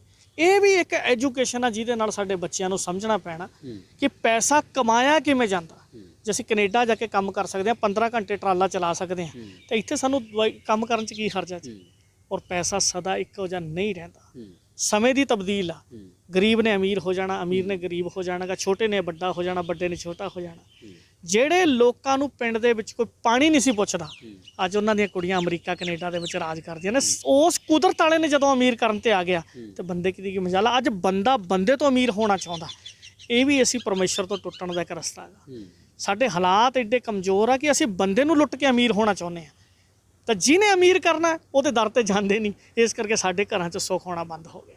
ਜਿਹੜੇ ਲੋਕ ਨਸ਼ਾ ਛੱਡਣਾ ਚਾਹੁੰਦੇ ਆ, ਕਿਤੇ ਜਾਣ ਦੀ ਲੋੜ ਨਹੀਂ, ਸਭ ਤੋਂ ਪਹਿਲਾਂ ਸਾਡਾ ਮਨ ਹੋਣਾ ਚਾਹੀਦਾ। ਜਦੋਂ ਤੁਹਾਡਾ ਮਨ ਆ, ਔਰ ਇੱਕ ਗੱਲ ਇੱਥੇ ਮੈਂ ਲੋਕਾਂ ਨੂੰ ਦੱਸਣੀ ਚਾਹੁੰਦਾ, ਸਿਰਫ 2 ਤਰ੍ਹਾਂ ਦੇ ਸੈੱਲ ਤੁਹਾਡੇ ਘਟਦੇ ਆ। ਫਰਜ਼ ਕਰੋ ਤੁਸੀਂ ਸ਼ਰਾਬ ਪੀਣੀ ਸ਼ੁਰੂ ਕੀਤੀ, 10 ml ਸ਼ਰਾਬ ਤੋਂ ਸ਼ੁਰੂ ਹੋਏ 750 ml ਦੀ ਬੋਤਲ ਪੀਣ ਲੱਗ ਗਏ। ਇੱਕ ਦਿਨ 750 ml ਦੀ ਬੋਤਲ ਕੋਈ ਨਹੀਂ ਪੀ ਸਕਦਾ।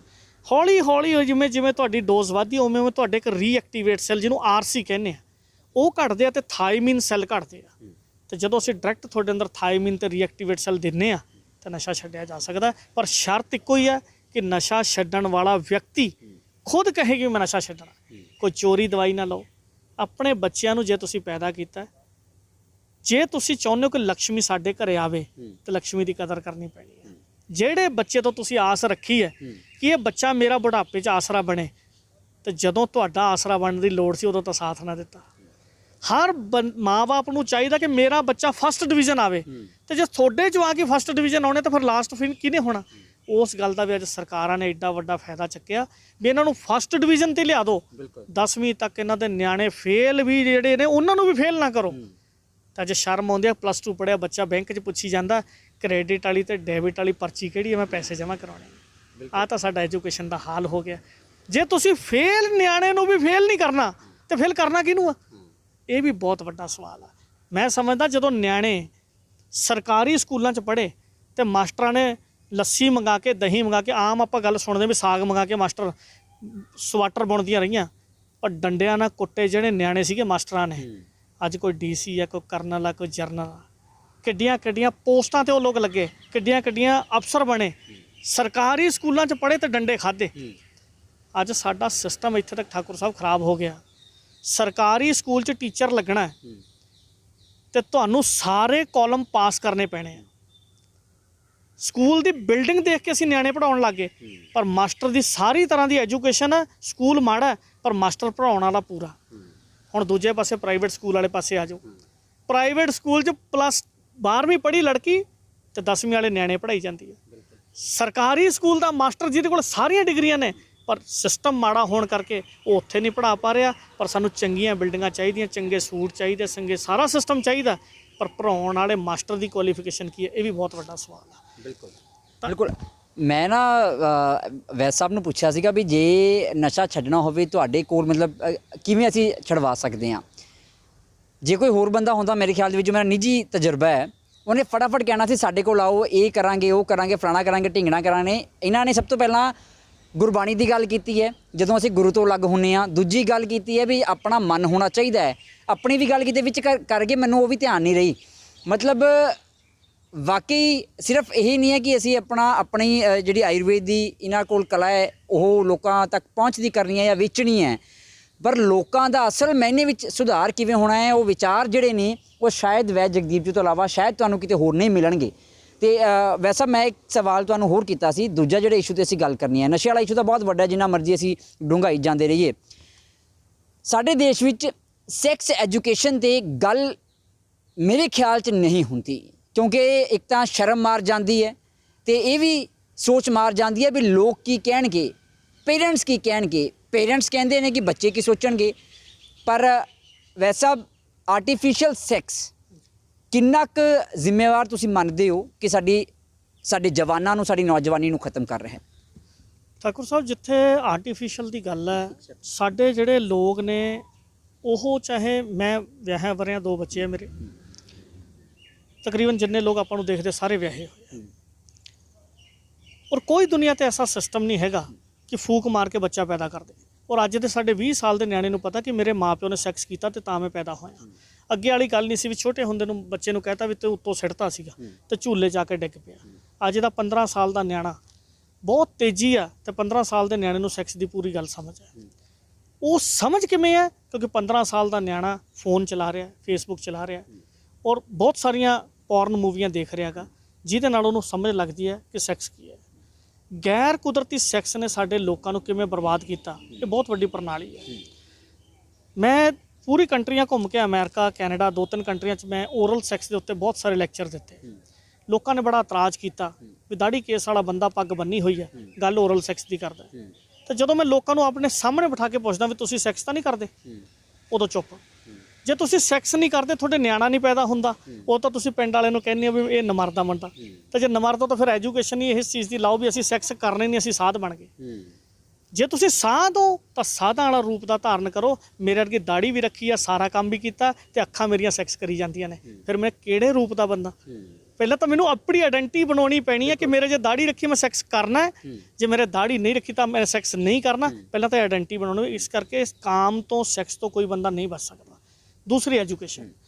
ਅੱਜ ਲੋਕ ਲਿਸਬਨ ਕਿਉਂ ਹੋ ਗਏ?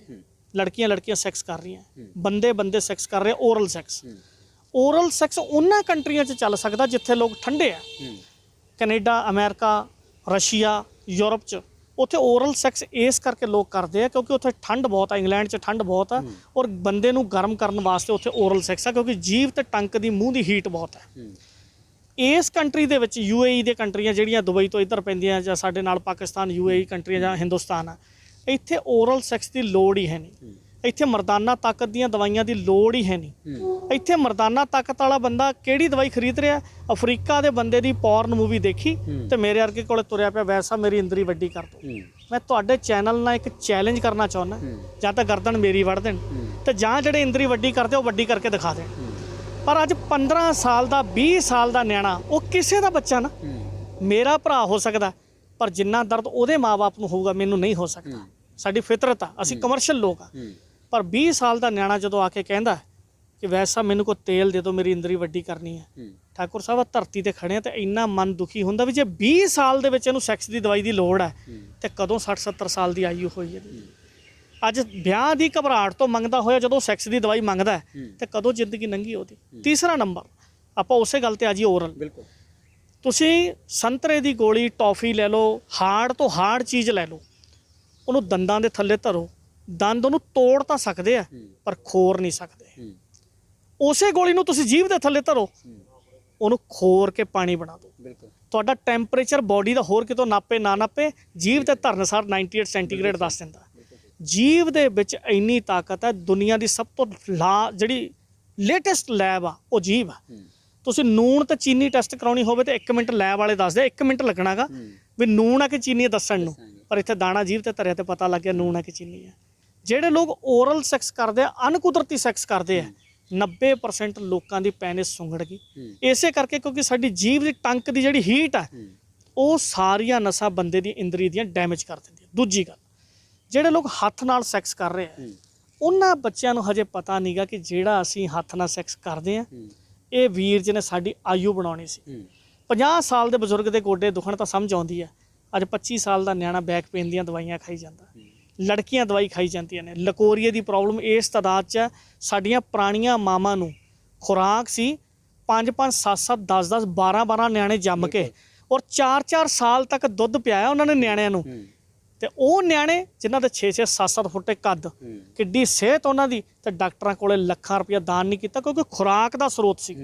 ਅੱਜ ਸਾਡੇ ਹਾਲਾਤ ਇਹ ਆ, ਬ੍ਰਾਂਡਡ ਗੱਡੀ ਹੈ, ਬ੍ਰਾਂਡਡ ਕੱਪੜੇ ਆ, ਘਰ ਬਹੁਤ ਸੋਹਣਾ ਤੇ ਹਾਲਾਤ ਸਾਡੇ ਇਹ ਵੀ ਉੱਥੇ ਖੜਾ ਗੋਲ ਗੱਪੇ ਖਾਈ ਜਾਂਦਾ।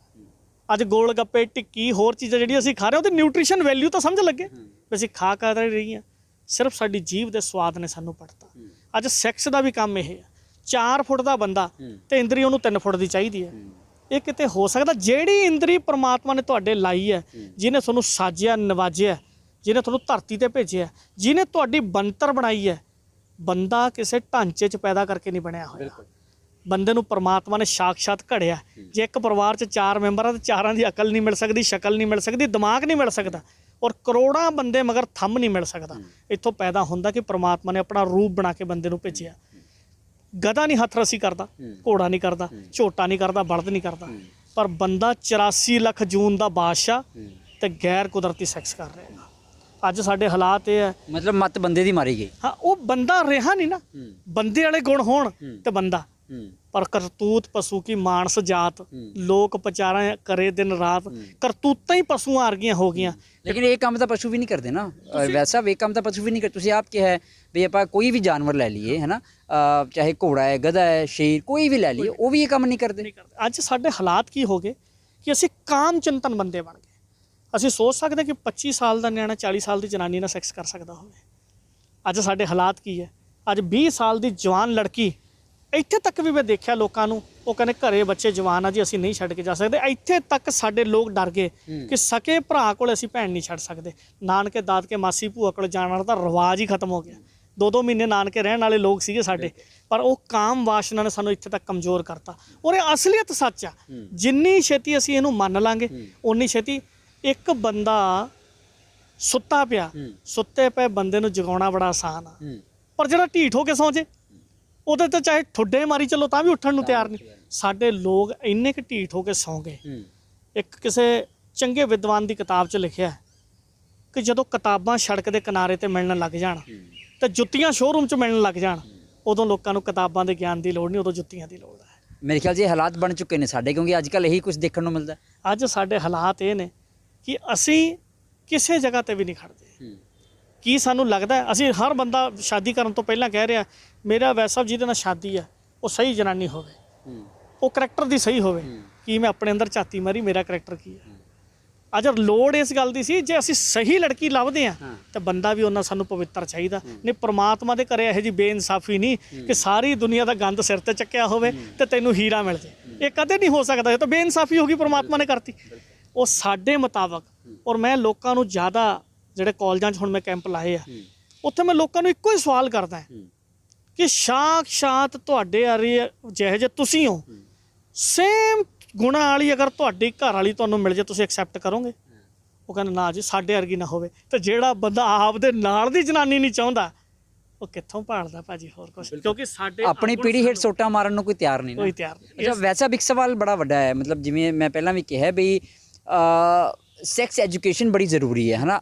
9ਵੀਂ ਕਲਾਸ ਜਾ ਕੇ ਵੀ ਸਾਨੂੰ ਸਬਜੈਕਟ ਲੱਗਦਾ ਹੈ ਜੀ, ਸਾਇੰਸ ਦੇ ਵਿੱਚ ਸਾਨੂੰ ਪੜ੍ਹਾਇਆ ਵੀ ਜਾਂਦਾ ਹੈ, ਪਰ ਜਦੋਂ ਉਹ ਪੇਜ ਖੁੱਲ੍ਹਦਾ ਵੀ ਹੈ ਤਾਂ ਮੁੰਡੇ ਕੁੜੀਆਂ ਇੱਕ ਦੂਜੇ ਵੱਲ ਨਹੀਂ ਦੇਖਦੇ, ਸ਼ਰਮ ਹੀ ਨਹੀਂ ਮਾਰ ਜਾਂਦੀ ਹੈ। ਤੇ ਪੇਰੈਂਟਸ ਨੂੰ ਵੀ ਬੜਾ ਔਖਾ ਹੁੰਦਾ ਵੀ ਬੱਚਿਆਂ ਨੂੰ ਸੈਕਸ ਐਜੂਕੇਸ਼ਨ ਕਿਵੇਂ ਦਈਏ, ਦਿੱਤੀ ਹੀ ਨਹੀਂ ਜਾਂਦੀ। ਪਹਿਲੀ ਗੱਲ ਤਾਂ ਇਹ ਹੈ, ਲੇਕਿਨ ਕੀ ਇਹ ਦੇਣੀ ਜ਼ਰੂਰੀ ਹੈ ਤਾਂ ਦਿੱਤੀ ਕਿਵੇਂ ਜਾਵੇ? ਦੇਖੋ, ਸਭ ਤੋਂ ਪਹਿਲਾਂ ਤਾਂ ਗੱਲ ਇਹ ਹੈ ਕਿ ਸਾਨੂੰ ਇਹ ਗੱਲ ਸਮਝਣਾ ਪੈਣਾ, ਜਿਹੜਾ ਅੱਜ ਦਾ ਦੌਰ ਹੈ, ਅੱਜ ਦੀ ਐਡੀ ਵੱਡੀ ਤੇਜ਼ੀ ਦੀ ਤਬਦੀਲੀ 'ਚ ਤੁਸੀਂ ਬੱਚੇ ਦੀ ਰਾਖੀ ਨਹੀਂ ਰੱਖ ਸਕਦੇ। ਅੱਜ ਅਸੀਂ ਕੀ ਆਪਣੀਆਂ ਬੱਚੀਆਂ ਕੈਨੇਡਾ ਅਮਰੀਕਾ ਨਹੀਂ ਭੇਜਾਂਗੇ? ਕੀ ਅਸੀਂ ਪੜ੍ਹਨ ਲਈ ਆਈਲੈਟਸ ਸੈਂਟਰ ਨਹੀਂ ਭੇਜਾਂਗੇ? ਕੀ ਅਸੀਂ ਆਪਣੇ ਬੱਚੇ ਦੇ 24 ਘੰਟੇ ਨਾਲ ਰਹਾਂਗੇ? ਜਿਨ੍ਹਾਂ ਮਾਂ-ਬਾਪਾਂ ਨੇ ਆਪਣੀ ਬੇਟੀ ਨੂੰ ਸਮਝਾਇਆ ਕਿ ਪੁੱਤਰ ਸਭ ਤੋਂ ਵਫਾਦਾਰ ਅਸੀਂ ਤੇਰੇ ਹਾਂ, ਕਿਸੇ ਦੀਆਂ ਫਸਲਾਈਆਂ ਹੋਈਆਂ ਮਿੱਠੀਆਂ ਮਿੱਠੀਆਂ ਗੱਲਾਂ 'ਚ ਆ ਕੇ ਤੇਰੀ ਮਾਂ ਨੇ ਉਂਗਲ ਫੜ ਕੇ ਤੈਨੂੰ ਤੋਰਨਾ ਸਿਖਾਇਆ ਸੀ, ਕਿਸੇ ਦੀਆਂ ਮਿੱਠੀਆਂ ਗੱਲਾਂ 'ਚ ਨਾ ਆ ਜੀ, ਕਿਉਂਕਿ 20-25 ਸਾਲ ਦਾ ਵਿਰਸਾ ਤੇਰੇ ਨਾਲ ਜੁੜਿਆ ਹੋਇਆ। ਜਿਨ੍ਹਾਂ ਨੇ ਕੁੜੀ ਹੱਥੀਂ ਤੋਰਦੇ ਹਾਂ ਅਸੀਂ, ਆਪਦੀ ਮਰਜ਼ੀ ਨਾਲ ਵਿਆਹ ਕਰਕੇ ਤੋਰਦੇ ਹਾਂ, ਤਾਂ ਵੀ ਕਈ ਸਾਲ ਤੱਕ ਆਪਾਂ ਬੇਟੀ ਨੂੰ ਨਹੀਂ ਭੁੱਲਦੇ। ਜਿਨ੍ਹਾਂ ਦੀਆਂ ਲੜਕੀਆਂ ਗਈਆਂ ਤਾਂ ਉੱਥੇ ਕਿੱਥੇ ਗਲਤੀ ਹੋ ਗਈ, ਇਹ ਸਮਾਜ ਦਾ ਇੱਕ ਹਿੱਸਾ ਸਾਨੂੰ ਇੱਥੇ ਸੋਚਣਾ ਪੈਣਾ। ਕੀ ਅਸੀਂ ਆਪਣੀ ਬੇਟੀ ਨੂੰ ਕਦੇ ਕੋਲੇ ਬਿਠਾ ਕੇ ਪੁੱਛਿਆ ਕਿ ਪੁੱਤਰ ਜਿੱਥੇ ਤੂੰ ਪੜ੍ਹਨ ਜਾਂਦੀ ਆ, ਜੇ ਸਾਡੀ ਬੇਟੀ ਘਰੇ ਆ ਕੇ, ਮੈਂ ਇਹ ਵੀ ਇਹੋ ਜਿਹੇ ਲੋਕ ਦੇਖੇ ਆ, ਜੇ ਬੇਟੀ ਨੇ ਘਰੇ ਆ ਕੇ ਕਿਹਾ ਅੱਜ ਮੈਨੂੰ ਫਲਾਣੇ ਮੁੰਡੇ ਨੇ ਮਾੜਾ ਜਿਹਾ ਛੇੜਤਾ, ਅਸੀਂ ਉਹਨੂੰ ਐਜੂਕੇਟ ਨਹੀਂ ਕੀਤਾ ਕਿ ਇਹ ਤਾਂ ਸਮਾਜ ਦਾ ਹਿੱਸਾ, ਪੁੱਤਰ ਤੂੰ ਬਚੀ। ਅਸੀਂ ਉਹਨੂੰ ਕਹਿੰਦੇ ਕਿਤਾਬਾਂ ਉੱਥੇ ਧਰ ਦੇ, ਅੱਜ ਤੋਂ ਬਾਅਦ ਪੜ੍ਹਨ ਨਾ ਜਾਈਂ। ਅਸੀਂ ਕਿੰਨੇ ਕੁ ਸਿਆਣੇ ਲੋਕ ਆ। ਜੇ ਮੰਦਰ ਦੇ ਪੰਡਤ ਨੇ ਕਿਸੇ ਨਾਲ ਬਲਾਤਕਾਰ ਕਰਤਾ, ਹੁਣ ਅਸੀਂ ਮੰਦਰ ਢਾਹ ਦੇਣੇ ਆ? ਅਸੀਂ ਚੰਗੇ ਪੰਡਤ ਲੱਭਾਂਗੇ, ਮਿਲਣਗੇ ਇਹੋ ਜਿਹੇ, ਪਰ ਅਸੀਂ ਇਹ ਕੰਮ ਨਹੀਂ ਕਰ ਸਕਦੇ ਕਿ ਜੇ ਕਿਤੇ ਪੜ੍ਹਾਈ ਦੇ ਪੂਜਾ 'ਚ ਜਾ ਕੇ ਕੋਈ ਛੇੜਖਾਨੀ ਵਾਲਾ ਬੰਦਾ ਮਿਲ ਗਿਆ ਤਾਂ ਅਸੀਂ ਆਪਣੀ ਬੇਟੀਆਂ ਪੜ੍ਹਾਉਣੋਂ ਹਟ ਜਾਈਏ। ਇਹ ਵੀ ਇੱਕ ਬਹੁਤ ਵੱਡਾ ਰੋਲ ਹੈ। ਬਹੁਤ ਸਾਰੇ ਮੁੰਡਿਆਂ ਨੂੰ ਮੈਂ ਮਿਲਿਆ ਕਿ ਤੁਸੀਂ ਹੱਥ ਰੱਸੀ ਕਿਉਂ ਕਰਦੇ ਹੋ? ਕਹਿੰਦਾ ਸਟ੍ਰੈਸ ਉਤਰ ਜਾਂਦਾ ਜੀ, ਘਰੇ ਕੋਈ ਪੁੱਛਦਾ ਹੀ ਨਹੀਂਗਾ, ਸਾਰੀ ਦਿਹਾੜੀ ਘਰੇ ਰਹਿੰਦੇ ਆ, ਬਾਪੂ ਆਇਆ ਉਹਨੇ ਗਾਲਾਂ ਕੱਢਤੀਆਂ, ਬੇਬੇ ਆਈ ਉਹਨੇ ਗਾਲਾਂ ਕੱਢਤੀਆਂ। ਕਿੰਨਾਂ ਤੋਂ ਪਿਆਰ ਦੀ ਆਸ ਕਰਦੇ ਹਾਂ ਅਸੀਂ, ਜਿਨ੍ਹਾਂ ਘਰਾਂ ਦੇ ਵਿੱਚ ਏਕਾ ਹੀ ਹੈ ਨਹੀਂ। ਕਦੇ ਆਪਦੇ ਨਿਆਣੇ ਨੂੰ ਬਿਠਾ ਕੇ ਕਿਸੇ ਹੋਰ ਦਾ ਨਿਆਣਾ ਸਾਡੇ ਘਰੇ ਆ ਜਾਏ ਤੇ ਕੰਚ ਦਾ ਗਲਾਸ ਤੋੜ ਦੇ, ਤੇ ਅਸੀਂ ਕਹਿੰਦੇ ਕੋਈ ਗੱਲ ਨਹੀਂ ਬੇਟਾ ਗਲਤੀ ਹੋ ਗਈ। ਤੇ ਸਾਡੇ ਨਿਆਣੇ ਤੋਂ ਗਲਾਸ ਕੰਚ ਦਾ ਟੁੱਟਿਆ ਹੋਵੇ ਤਾਂ ਚੱਪਲਾਂ 4 ਪੈਂਦੀਆਂ ਉਹਦੇ। ਅਸੀਂ ਲੋਕਾਂ ਲਈ ਕੀ ਆ, ਆਪਦੇ ਲਈ ਕੀ? ਜਿੱਥੋਂ ਤੱਕ ਅਸੀਂ ਆਪਣੇ ਆਪ ਨੂੰ ਨਹੀਂ ਸਮਝਦੇ, ਉਹਨਾਂ ਚਿਰ ਸਾਡੇ ਬੱਚਿਆਂ ਦੇ ਵਿੱਚ ਲੋਕ ਇਹ ਗੱਲ ਕਹਿੰਦੇ ਆ, ਔਰ ਇਤਿਹਾਸ ਕਹਿੰਦਾ ਕਿ ਜਦੋਂ ਬਾਪੂ ਦੀ ਜੁੱਤੀ ਮੁੰਡੇ ਦੇ ਪੈਰਾਂ 'ਚ ਆਉਣ ਲੱਗ ਜੇ, ਉਦੋਂ ਮੁੰਡਾ ਨਹੀਂ ਰਹਿੰਦਾ, ਉਦੋਂ ਛੋਟਾ ਭਰਾ ਜਾਂ ਦੋਸਤ ਬਣ ਜਾਂਦਾ। ਅਸੀਂ ਕੀ ਇਹ ਗੱਲ ਨੂੰ ਐਕਸੈਪਟ ਕਰ ਸਕੇ? ਅੱਜ ਬੱਚੇ ਦਾ ਵਿਆਹ ਕਰਨਾ, ਅਸੀਂ ਉਹਨੂੰ ਪਹਿਲਾਂ ਹੀ ਪੁੱਛੀਏ ਕਿ ਪੁੱਤਰ ਜੇ ਤੈਨੂੰ ਕੋਈ ਐਸੀ ਪ੍ਰੋਬਲਮ ਆ, ਆਪਾਂ ਕਿਸੇ ਦੀ ਕੁੜੀ ਦੀ ਜ਼ਿੰਦਗੀ ਨਾ ਖਰਾਬ ਕਰਦੀ ਹੈ। ਅੱਜ 20-25 ਸਾਲ ਦੀਆਂ ਕੁੜੀਆਂ ਜਿਹੜੀਆਂ ਵਿਧਵਾ ਹੋ ਕੇ ਪਿੰਡਾਂ 'ਚ ਬੈਠੀਆਂ, ਉਹ ਸਾਡੇ ਮੂੰਹ ਤੇ ਇੱਕ ਬਹੁਤ ਵੱਡੀ ਚਪੇੜ ਆ। ਅੱਜ ਕੁੜੀ ਜਿਹਦੇ ਘਰ ਵਾਲੇ ਦੀ ਡੈਥ ਹੋ ਗਈ, ਮੈਂ ਤੁਹਾਨੂੰ ਇੱਕ ਹੁਸ਼ਿਆਰਪੁਰ ਦੇ ਏਰੀਆ ਦੀ ਗੱਲ ਸੁਣਾਉਣਾ। ਇੱਕ ਲੜਕੀ ਦਾ ਵਿਆਹ ਹੋਇਆ ਤੇ ਪਹਿਲੇ ਦਿਨ ਹੀ ਉਹਦੇ ਘਰ ਵਾਲੇ ਨੇ ਸੁਹਾਗਰਾਤ ਵਾਲੇ ਦਿਨ ਚਿੱਟਾ ਪੀ ਲਿਆ, ਪਹਿਲੇ ਦਿਨ ਉਹਦੀ ਮੌਤ ਹੋ ਗਈ। ਲੜਕੀ ਨੂੰ ਵਾਪਸ ਘਰੇ ਲਿਆਏ, ਜਦੋਂ ਘਰੇ ਲਿਆਏ ਤੇ ਪਰਿਵਾਰ ਸਾਰਾ ਡਿਸਟਰਬ ਹੋ ਗਿਆ। ਤੁਸੀਂ ਠਾਕੁਰ ਸਾਹਿਬ ਯਕੀਨ ਕਰੋ ਵੀ ਜਦੋਂ ਉਹਨਾਂ ਦੀ ਗੱਲ ਸੁਣੀ ਤੇ ਮਤਲਬ ਕਰਨੀ ਬੜੀ ਔਖੀ ਗੱਲ। ਇਹੋ ਜਿਹੇ ਹਾਲਾਤ ਉਹਨਾਂ ਨੇ ਜਦੋਂ ਦੱਸੇ ਤੇ ਉਹ ਕਹਿੰਦੇ ਵੀ ਇਹੋ ਜਿਹੀ ਕਲੈਣੀ ਸਾਡੇ ਘਰੇ ਕੁੜੀ ਆ ਗਈ, ਪਹਿਲੇ ਦਿਨ ਹੀ ਪੈਰ ਪੈਂਦੇ ਸਾਡੇ ਮੁੰਡੇ ਨੂੰ ਖਾ ਗਈ। ਕਸੂਰ ਚਿੱਟਾ ਪੀਣ ਵਾਲੇ ਦਾ, ਤੇ ਸਹਿਨ ਕੋਈ ਕੁੜੀ ਕਰ ਰਹੀ ਹੈ। ਤੇ ਦੁਬਾਰਾ ਉਸ ਕੁੜੀ ਦਾ ਰਿਸ਼ਤਾ ਨਹੀਂ ਹੋਇਆ, 35 ਸਾਲ ਦੀ ਉਹ ਹੋ ਗਈ। ਉਹ ਕਹਿੰਦੀ ਮੈਂ ਘਰੋਂ ਇਸ ਕਰਕੇ ਨਹੀਂ ਨਿਕਲਦੀ ਕਿ ਜੇ ਮੈਂ ਰੋਡ ਤੇ ਤੁਰੀ ਜਾਂਦੀ ਹਾਂ ਤਾਂ ਵੀ ਲੋਕ ਮੈਨੂੰ ਉਸ ਨਿਗਾਹ ਨਾਲ ਦੇਖਦੇ ਆ ਕਿ ਪਹਿਲੇ ਦਿਨ ਵਿਆਹੀ ਸੀਗੀ ਤੇ ਉਹ ਉਹਨਾਂ ਦਾ ਮੁੰਡਾ ਮਰ ਗਿਆ। ਗਲਤੀਆਂ ਸਾਡੀਆਂ। ਮੁੰਡੇ ਨੇ ਵੀਰਜ ਨੇ ਪੈਦਾ ਕਰਨਾ ਸੀ ਲੜਕੇ ਤੇ ਲੜਕੀ ਨੂੰ, ਅਸੀਂ ਨੂੰਹ ਨੂੰ ਦੋਸ਼ ਦੇਈ ਜਾਂਦੇ ਤੂੰ ਕੁੜੀਆਂ ਜੰਮਦੀਆਂ, ਤੇ ਦੋਸ਼ ਦੇਣ ਵਾਲੀ ਕੌਣ ਹੈ? ਜਨਾਨੀ। ਤੇ ਗੱਲ ਅਸੀਂ ਬਾਬੇ ਨਾਨਕ ਦੀ ਕਰਦੇ ਹਾਂ ਵੀ ਸੋ ਕਿਉ ਮੰਦਾ ਆਖੀਏ ਜਿੱਤ ਜੰਮੇ ਰਾਜਾਨ। ਜੇ ਅਸੀਂ ਰਾਜੇ ਜੰਮਣ ਵਾਲੀ ਮਾਂ ਦੀ ਪੂਜਾ ਕਰਦੇ ਹਾਂ ਤਾਂ ਉਸ ਨੂੰਹ ਨੂੰ ਕੀ ਹੋ ਗਿਆ? ਜਦੋਂ ਅਸੀਂ ਉਸ ਤੋਂ ਉਲਟ ਚੱਲਦੇ ਹਾਂ ਤਾਈਓ ਸਾਡੇ ਘਰੇ ਨਾਗਾਂ ਵਰਗੇ ਜਵਾਕ ਪੈਦਾ ਹੋਣ ਲੱਗੇ, ਕਿਉਂਕਿ ਉਹ ਬਰਕਤ ਨੂੰ ਅਸੀਂ ਸਮਝ ਨਹੀਂ ਪਾਏ। ਲੜਕੀਆਂ ਪੈਦਾ ਹੋ ਗਈਆਂ ਤਾਂ ਕੀ ਹੋ ਗਿਆ? ਹਜ਼ਾਰਾਂ ਥਾਵਾਂ ਤੇ ਮੈਂ ਤੁਹਾਨੂੰ ਦਿਖਾ ਸਕਦਾ ਕਿ ਮੁੰਡੇ ਆਪਣੇ ਮਾਪਿਆਂ ਨੂੰ ਛੱਡ ਕੇ ਅੱਜ ਕੁੜੀਆਂ ਅੱਜ ਵੀ ਸਾਂਭ ਰਹੀਆਂ ਨੇ। ਪਰ ਅਸੀਂ ਇਹ ਸਮਾਜ ਦਾ ਦੂਰੀ ਤਾਂ ਨਹੀਂ ਕਰ ਪਾਏ ਕਿ ਸਾਡਾ ਅੰਦਰ ਮੈਲਾ ਤੇ ਉੱਤੋਂ ਅਸੀਂ ਹੋਰ ਕੁਛ ਆ। ਜਦ ਤੱਕ ਅੰਦਰੋਂ ਤੇ ਬਾਹਰੋਂ ਇੱਕੋ ਨਹੀਂ ਹੋਵਾਂਗੇ ਉਹਨਾਂ ਚਿਰ ਸਮਾਜ ਦਾ ਸੁਧਾਰ ਹੋਣਾ ਬੜਾ ਮੁਸ਼ਕਿਲ ਆ। ਲੇਕਿਨ ਸਾਡੇ ਸਮਾਜ ਵਿੱਚ ਵੈਸਾ ਵੀ ਰਿਵਾਜ਼ ਨਹੀਂ ਹੈਗਾ ਕਿ ਮਾਪੇ ਬੱਚਿਆਂ ਨਾਲ ਇੱਦਾਂ ਦੀਆਂ ਗੱਲਾਂ ਕਰਨ ਜਾਂ ਐਜੂਕੇਸ਼ਨ ਦੇਣ। ਉਹ ਫਿਰ ਉਹ ਜ਼ਰੀਆ ਕਿਵੇਂ ਬਣੇ, ਮਤਲਬ ਕਿ ਬੱਚਿਆਂ ਨੂੰ ਇੰਨਾ ਕੁ ਅਸੀਂ ਸਟਰੋਂਗ ਬਣਾ ਸਕੀਏ? ਠਾਕੁਰ ਸਾਹਿਬ ਤੁਸੀਂ ਦੇਖੋ, ਜਿਹੜੀਆਂ ਮਾਵਾਂ ਨੇ ਆਪਣੀ ਬੇਟੀ ਨੂੰ ਨਹੀਂ ਸਮਝਾਇਆ ਕਿ ਪੁੱਤ ਤੂੰ ਮੇਰਾ ਦੁੱਧ ਚੁੰਘ ਕੇ ਇੱਥੇ ਤੱਕ ਪਹੁੰਚੀ ਆ, ਮੇਰੀ ਫੀਡ ਨਾ ਪਹੁੰਚੀ ਆ, ਉਸ ਫੀਡ ਦੇਣ ਵਾਲੀ ਮਾਂ ਨੇ ਕਿਹੋ ਜਿਹੀ ਕੁੜੀ ਪੈਦਾ ਕਰਤੀ ਵੀ ਆਪ ਦਾ ਨਿਆਣਾ ਜੰਮਿਆ ਪਿਆਗਾ ਕੋਲੇ ਤੇ ਉਹ ਕਹਿੰਦੀ ਮੇਰੀ ਬ੍ਰੈਸਟ ਢਿੱਲੀ ਹੋ ਜੂ, ਛੋਟੀ ਹੋ ਜੂ। ਅਸਲੀ ਸੱਚ ਹੈ, ਮੇਰੀ ਗਰੋਥ ਉਹੋ ਜਿਹੀ ਨਹੀਂ ਰਹਿਣੀ ਤੇ ਮੈਂ ਆਪਣੇ ਜਵਾਕ ਨੂੰ ਦੁੱਧ ਨਹੀਂ ਚੰਗਾਉਣਾ। ਉਹ ਭਲੀਏ ਬੀਬੀਏ, ਤੂੰ ਅੱਜ ਦੀ ਗਰੋਥ ਦੀ ਗੱਲ ਕਰਦੀ ਆ? ਇਹ ਤਾਂ ਸਰੀਰ ਢਲ ਜਾਣਾ ਤੇ ਢਲ ਕੇ ਮਿੱਟੀ ਹੋ ਜਾਣਾ। ਇੱਥੇ ਕਿੱਡੇ ਕਿੱਡੇ ਬੰਦੇ ਦੁਨੀਆ ਤੋਂ ਚਲੇ ਗਏ ਤੇ ਸਾਨੂੰ ਗੁਰੂ ਗ੍ਰੰਥ ਸਾਹਿਬ ਸਿੱਖਿਆ ਦਿੰਦੇ ਆ, 1 ਲੱਖ ਪੂਤ 1.25 ਲੱਖ ਨਾਤੀ ਦਹਿ ਰਾਵਣ ਕਰਦੀ ਆ ਨਾ ਬਾਤੀ। ਤੂੰ ਕਿਹੜੀ ਆਯੂ ਦੀਆਂ ਗੱਲਾਂ ਕਰਦੀਆਂ? ਲੱਖ ਲੱਖ ਸਾਲ ਦੀ ਆਯੂ ਵਾਲੇ ਬੰਦੇ ਇੱਥੋਂ ਦੁਨੀਆ ਤੋਂ ਚਲੇ ਗਏ, ਪਰ ਤੇਰੇ ਬੱਚੇ ਨੂੰ ਨਾ ਦਿੱਤੀ ਫੀਡ, ਰਹਿੰਦੀ ਦੁਨੀਆ ਤੱਕ ਤੇਰੇ ਤੇ ਕਲੰਕ ਲੱਗਣਾ। ਕਿਉਂਕਿ ਜਦੋਂ ਬੱਚਾ ਜਵਾਨ ਹੋਣਾ ਉਹਨੇ ਮਾਤਾ ਨੂੰ ਪੁੱਛਣਾ ਫਿਰ ਮੈਨੂੰ ਜੰਮਿਆ ਕਾਹਨੂੰ ਸੀਗਾ ਜੇ ਦੁੱਧ ਨਹੀਂ ਸੀ ਪਿਆਉਣਾ। ਅੱਜ ਸਾਡਾ ਸਿਸਟਮ ਕੀ ਹੈ? ਮੇਰੇ ਦਾੜੀ ਵੀ ਰੱਖੀ ਹੈ, ਗੱਲ ਮੈਂ ਸਿੱਖੀ ਦੀ ਕਰਦਾ ਤੇ ਮੈਂ ਗੁਰੂ ਗ੍ਰੰਥ ਸਾਹਿਬ ਦੀ ਤਾਬਿਆ 'ਚ ਵੀ ਕਹਿੰਦਾ ਵੀ 20 ਲੱਖ ਰੁਪਈਆ ਦੇ ਦਿਓ ਜੀ ਮੁੰਡਾ ਵਿਆਹੁਣਾਗਾ। ਹੁਣ ਮੇਰਾ ਰੂਪ ਕਿਹੜਾ ਸਮਝੋਗੇ? ਆਹ ਰੂਪ ਆ ਮੇਰਾ, ਕਿਉਂ 20 ਲੱਖ ਰੁਪਈਆ ਵਾਲਾ ਰੂਪ ਆ? ਇਸੇ ਕਰਕੇ ਅਸੀਂ ਪਿੱਛੇ ਹਾਂ। ਅਸੀਂ ਸੈਕਸ ਐਜੂਕੇਸ਼ਨ ਕਿਉਂ ਨਹੀਂ ਦੇ ਪਾ ਰਹੇ? ਕਿਉਂਕਿ ਮੈਨੂੰ ਸਟੇਜ ਤੇ ਛੋਟੇ ਜਿਹੇ ਬੱਚੇ ਨੂੰ ਖੜਾਓ, 4 ਸਾਲ ਦੇ ਨਿਆਣੇ ਨੂੰ ਕਹੋ ਵੀ ਸਟੇਜ ਦੇ ਮੂਹਰੇ 50,000 ਬੰਦਾ ਬੈਠਾ, ਬੱਚੇ ਤੁਸੀਂ ਕਹਾਣੀ ਬੋਲਣੀ ਆ, ਬੱਚਾ ਇੰਨੀ ਆਰਾਮ ਨਾਲ ਗੱਲ ਬੋਲਦਾ ਦੀ ਲੱਤਾਂ ਨਹੀਂ ਕੰਬਦੀਆਂ, ਮੂੰਹ ਨਹੀਂ ਸੁੱਕਦਾ, ਡਰ ਨਹੀਂ ਲੱਗਦਾ, ਕਿਉਂਕਿ ਪਾਪ ਦੀ ਕਿਰਨ ਹੈ ਨਹੀਂ ਤੇ ਸਾਹਮਣੇ ਬੈਠੇ ਬੰਦੇ ਨੂੰ ਪਾਪ ਦਾ ਨਹੀਂ ਪਤਾ। ਮੇਰੇ ਵਰਗਾ ਬੰਦਾ ਬੁੱਢਾ ਹੋਇਆ 50 ਸਾਲ ਦਾ ਤੇ ਸਟੇਜ ਤੇ ਚੜਾਓ ਤਾਂ ਲੱਤਾਂ ਹੀ ਕੰਬੀ ਜਾਂਦੀ। ਕਿਉਂ? ਕਿਉਂਕਿ ਸਾਹਮਣੇ ਬੈਠੇ ਬੰਦਿਆਂ ਨੂੰ ਪਤਾ ਕਿ ਮੈਂ ਕਿੰਨਾ ਪਾਪੀ ਆ, ਕਿੰਨਾ ਮੈਂ ਝੂਠਾ ਤੇ ਕਿੰਨਾ ਮੈਂ ਲੋਕਾਂ ਨਾਲ ਧਰੋਹ ਕਮਾਇਆ। ਉਹ ਸਾਹਮਣੇ ਸ਼ੀਸ਼ਾ ਦਿਖ ਰਿਹਾ ਮੈਨੂੰ। ਇਸ ਕਰਕੇ ਜਦੋਂ ਤੱਕ ਸਾਡੇ ਲੋਕ ਐਜੂਕੇਟ ਨਹੀਂ ਹੋਣਗੇ ਕਿ ਸੈਕਸ ਐਜੂਕੇਸ਼ਨ 20 ਸਾਲ ਦਾ ਨਿਆਣੇ ਦੀ ਕਲਾਸ ਲੱਗੇ ਕਿ ਪੁੱਤਰ ਅਗਰ ਤੂੰ ਵਿਧਵਾ ਮਰਨਾ ਨਹੀਂ ਚਾਹੁੰਦਾ, ਅਗਰ ਤੂੰ ਆਪਣੀ ਘਰ ਵਾਲੀ ਨੂੰ ਸੁੱਖ ਦੇਣਾ ਚਾਹੁੰਦਾ, ਅਗਰ ਤੂੰ ਹੈਲਥੀ ਬੱਚੇ ਪੈਦਾ ਕਰਨਾ ਚਾਹੁੰਦਾ, ਔਰ ਇੱਥੇ ਤੱਕ ਮੈਂ ਲੋਕਾਂ ਨੂੰ ਦੱਸਣੀ ਚਾਹੁੰਦਾ ਗੱਲ, ਜੇ ਤੁਸੀਂ ਵਾਕਈ ਬਿਮਾਰੀਆਂ ਤੋਂ ਬਚਣਾ ਚਾਹੁੰਦੇ ਹੋ, ਸਾਰੀ ਜ਼ਿੰਦਗੀ ਭਲਵਾਨ ਰਹਿਣਾ ਚਾਹੁੰਦੇ ਹੋ, ਤਕੜੇ ਰਹਿਣਾ ਚਾਹੁੰਦੇ ਹੋ, ਗੋਰੇ ਚਿੱਟੇ ਰਹਿਣਾ ਚਾਹੁੰਦੇ ਹੋ ਤੇ ਆਪਣੇ ਵੀਰ ਜੀ ਦੀ ਕਦਰ ਕਰੋ। ਅੱਜ ਤੁਸੀਂ ਬੱਟਾਂ ਤੇ ਡੋਲਦੇ ਹੋ ਤੇ ਕੱਲ ਨੂੰ ਨੱਕ ਰਗੜੋਗੇ ਦੁਨੀਆ ਦੇ ਸਾਹਮਣੇ ਜਾ ਕੇ, ਕਿਉਂਕਿ ਵੀਰ ਜੀ ਦੀ ਕਦਰ ਨਹੀਂ ਤੁਸੀਂ ਕਰੀ ਤੇ ਸਮਝੋ ਤੁਹਾਡੀ ਕਦਰ ਕਦੇ ਨਹੀਂ ਹੋਣੀ। ਜੇ ਤੁਸੀਂ ਵੰਸ਼ ਚਲਾਉਣਾ ਚਾਹੁੰਦੇ ਹੋ ਤੇ ਫਿਰ ਵੀਰ ਜੀ ਸੰਭਾਲਣਾ ਪੈਣਾ। 100 ਬੂੰਦ 120 ਬੂੰਦਾਂ ਵੀਰ ਸੁਮਨ ਦੀਆਂ, 120 ਬੂੰਦਾਂ ਖੂਨ ਦੀਆਂ ਲੈ ਕੇ 1 ਬੂੰਦ ਵੀਰ ਜੀ ਦੀ ਬਣਦੀ ਹੈ, ਜਿਹਨੂੰ ਤੁਸੀਂ 3 ਮਿੰਟਾਂ ਦੇ ਸਵਾਦ ਦੇ ਨਾਲ ਡੋਲ ਦਿੰਦੇ ਹੋ। ਅੱਜ 25 ਸਾਲ ਦਾ ਬੰਦਾ ਗੋਡਿਆਂ ਦੀ ਦਵਾਈ ਲੈਂਦਾ, ਹਸਪਤਾਲਾਂ 'ਚ ਲਾਈਨਾਂ ਦੀਆਂ ਲੱਗਣ ਲੱਗੀ ਪਈਆਂ। 70 ਸਾਲ ਦਾ ਬਜ਼ੁਰਗ ਅੱਜ ਵੀ ਕੁਆਂਟਲ ਦੀ ਬੋਰੀ ਮੋਢੇ ਤੇ ਧਰ ਕੇ ਤੁਰ ਰਿਹਾ ਹੈਗਾ। ਉਹਦਾ ਰੀਜ਼ਨ ਕੀ ਆ? ਨਾ ਉਹ ਇੰਦਰੀ ਪੱਖੋਂ ਕਮਜ਼ੋਰ ਸੀ ਤੇ ਨਾ ਦਿਮਾਗ ਪੱਖੋਂ ਕਮਜ਼ੋਰ ਸੀਗਾ। ਅੱਜ ਘਰੇ ਬੈਠਾ ਬੰਦਾ ਜੇ ਇੰਦਰੀ ਨਾਲ ਸੈਕਸ ਨਹੀਂ ਕਰ ਰਿਹਾ ਤੇ ਕਾਮ ਚਿੰਤਨ ਕਰ ਰਿਹਾ, ਹੋਰ ਸੁਪਨ ਦੋਸ਼ ਕਿਵੇਂ ਹੋ ਗਿਆ?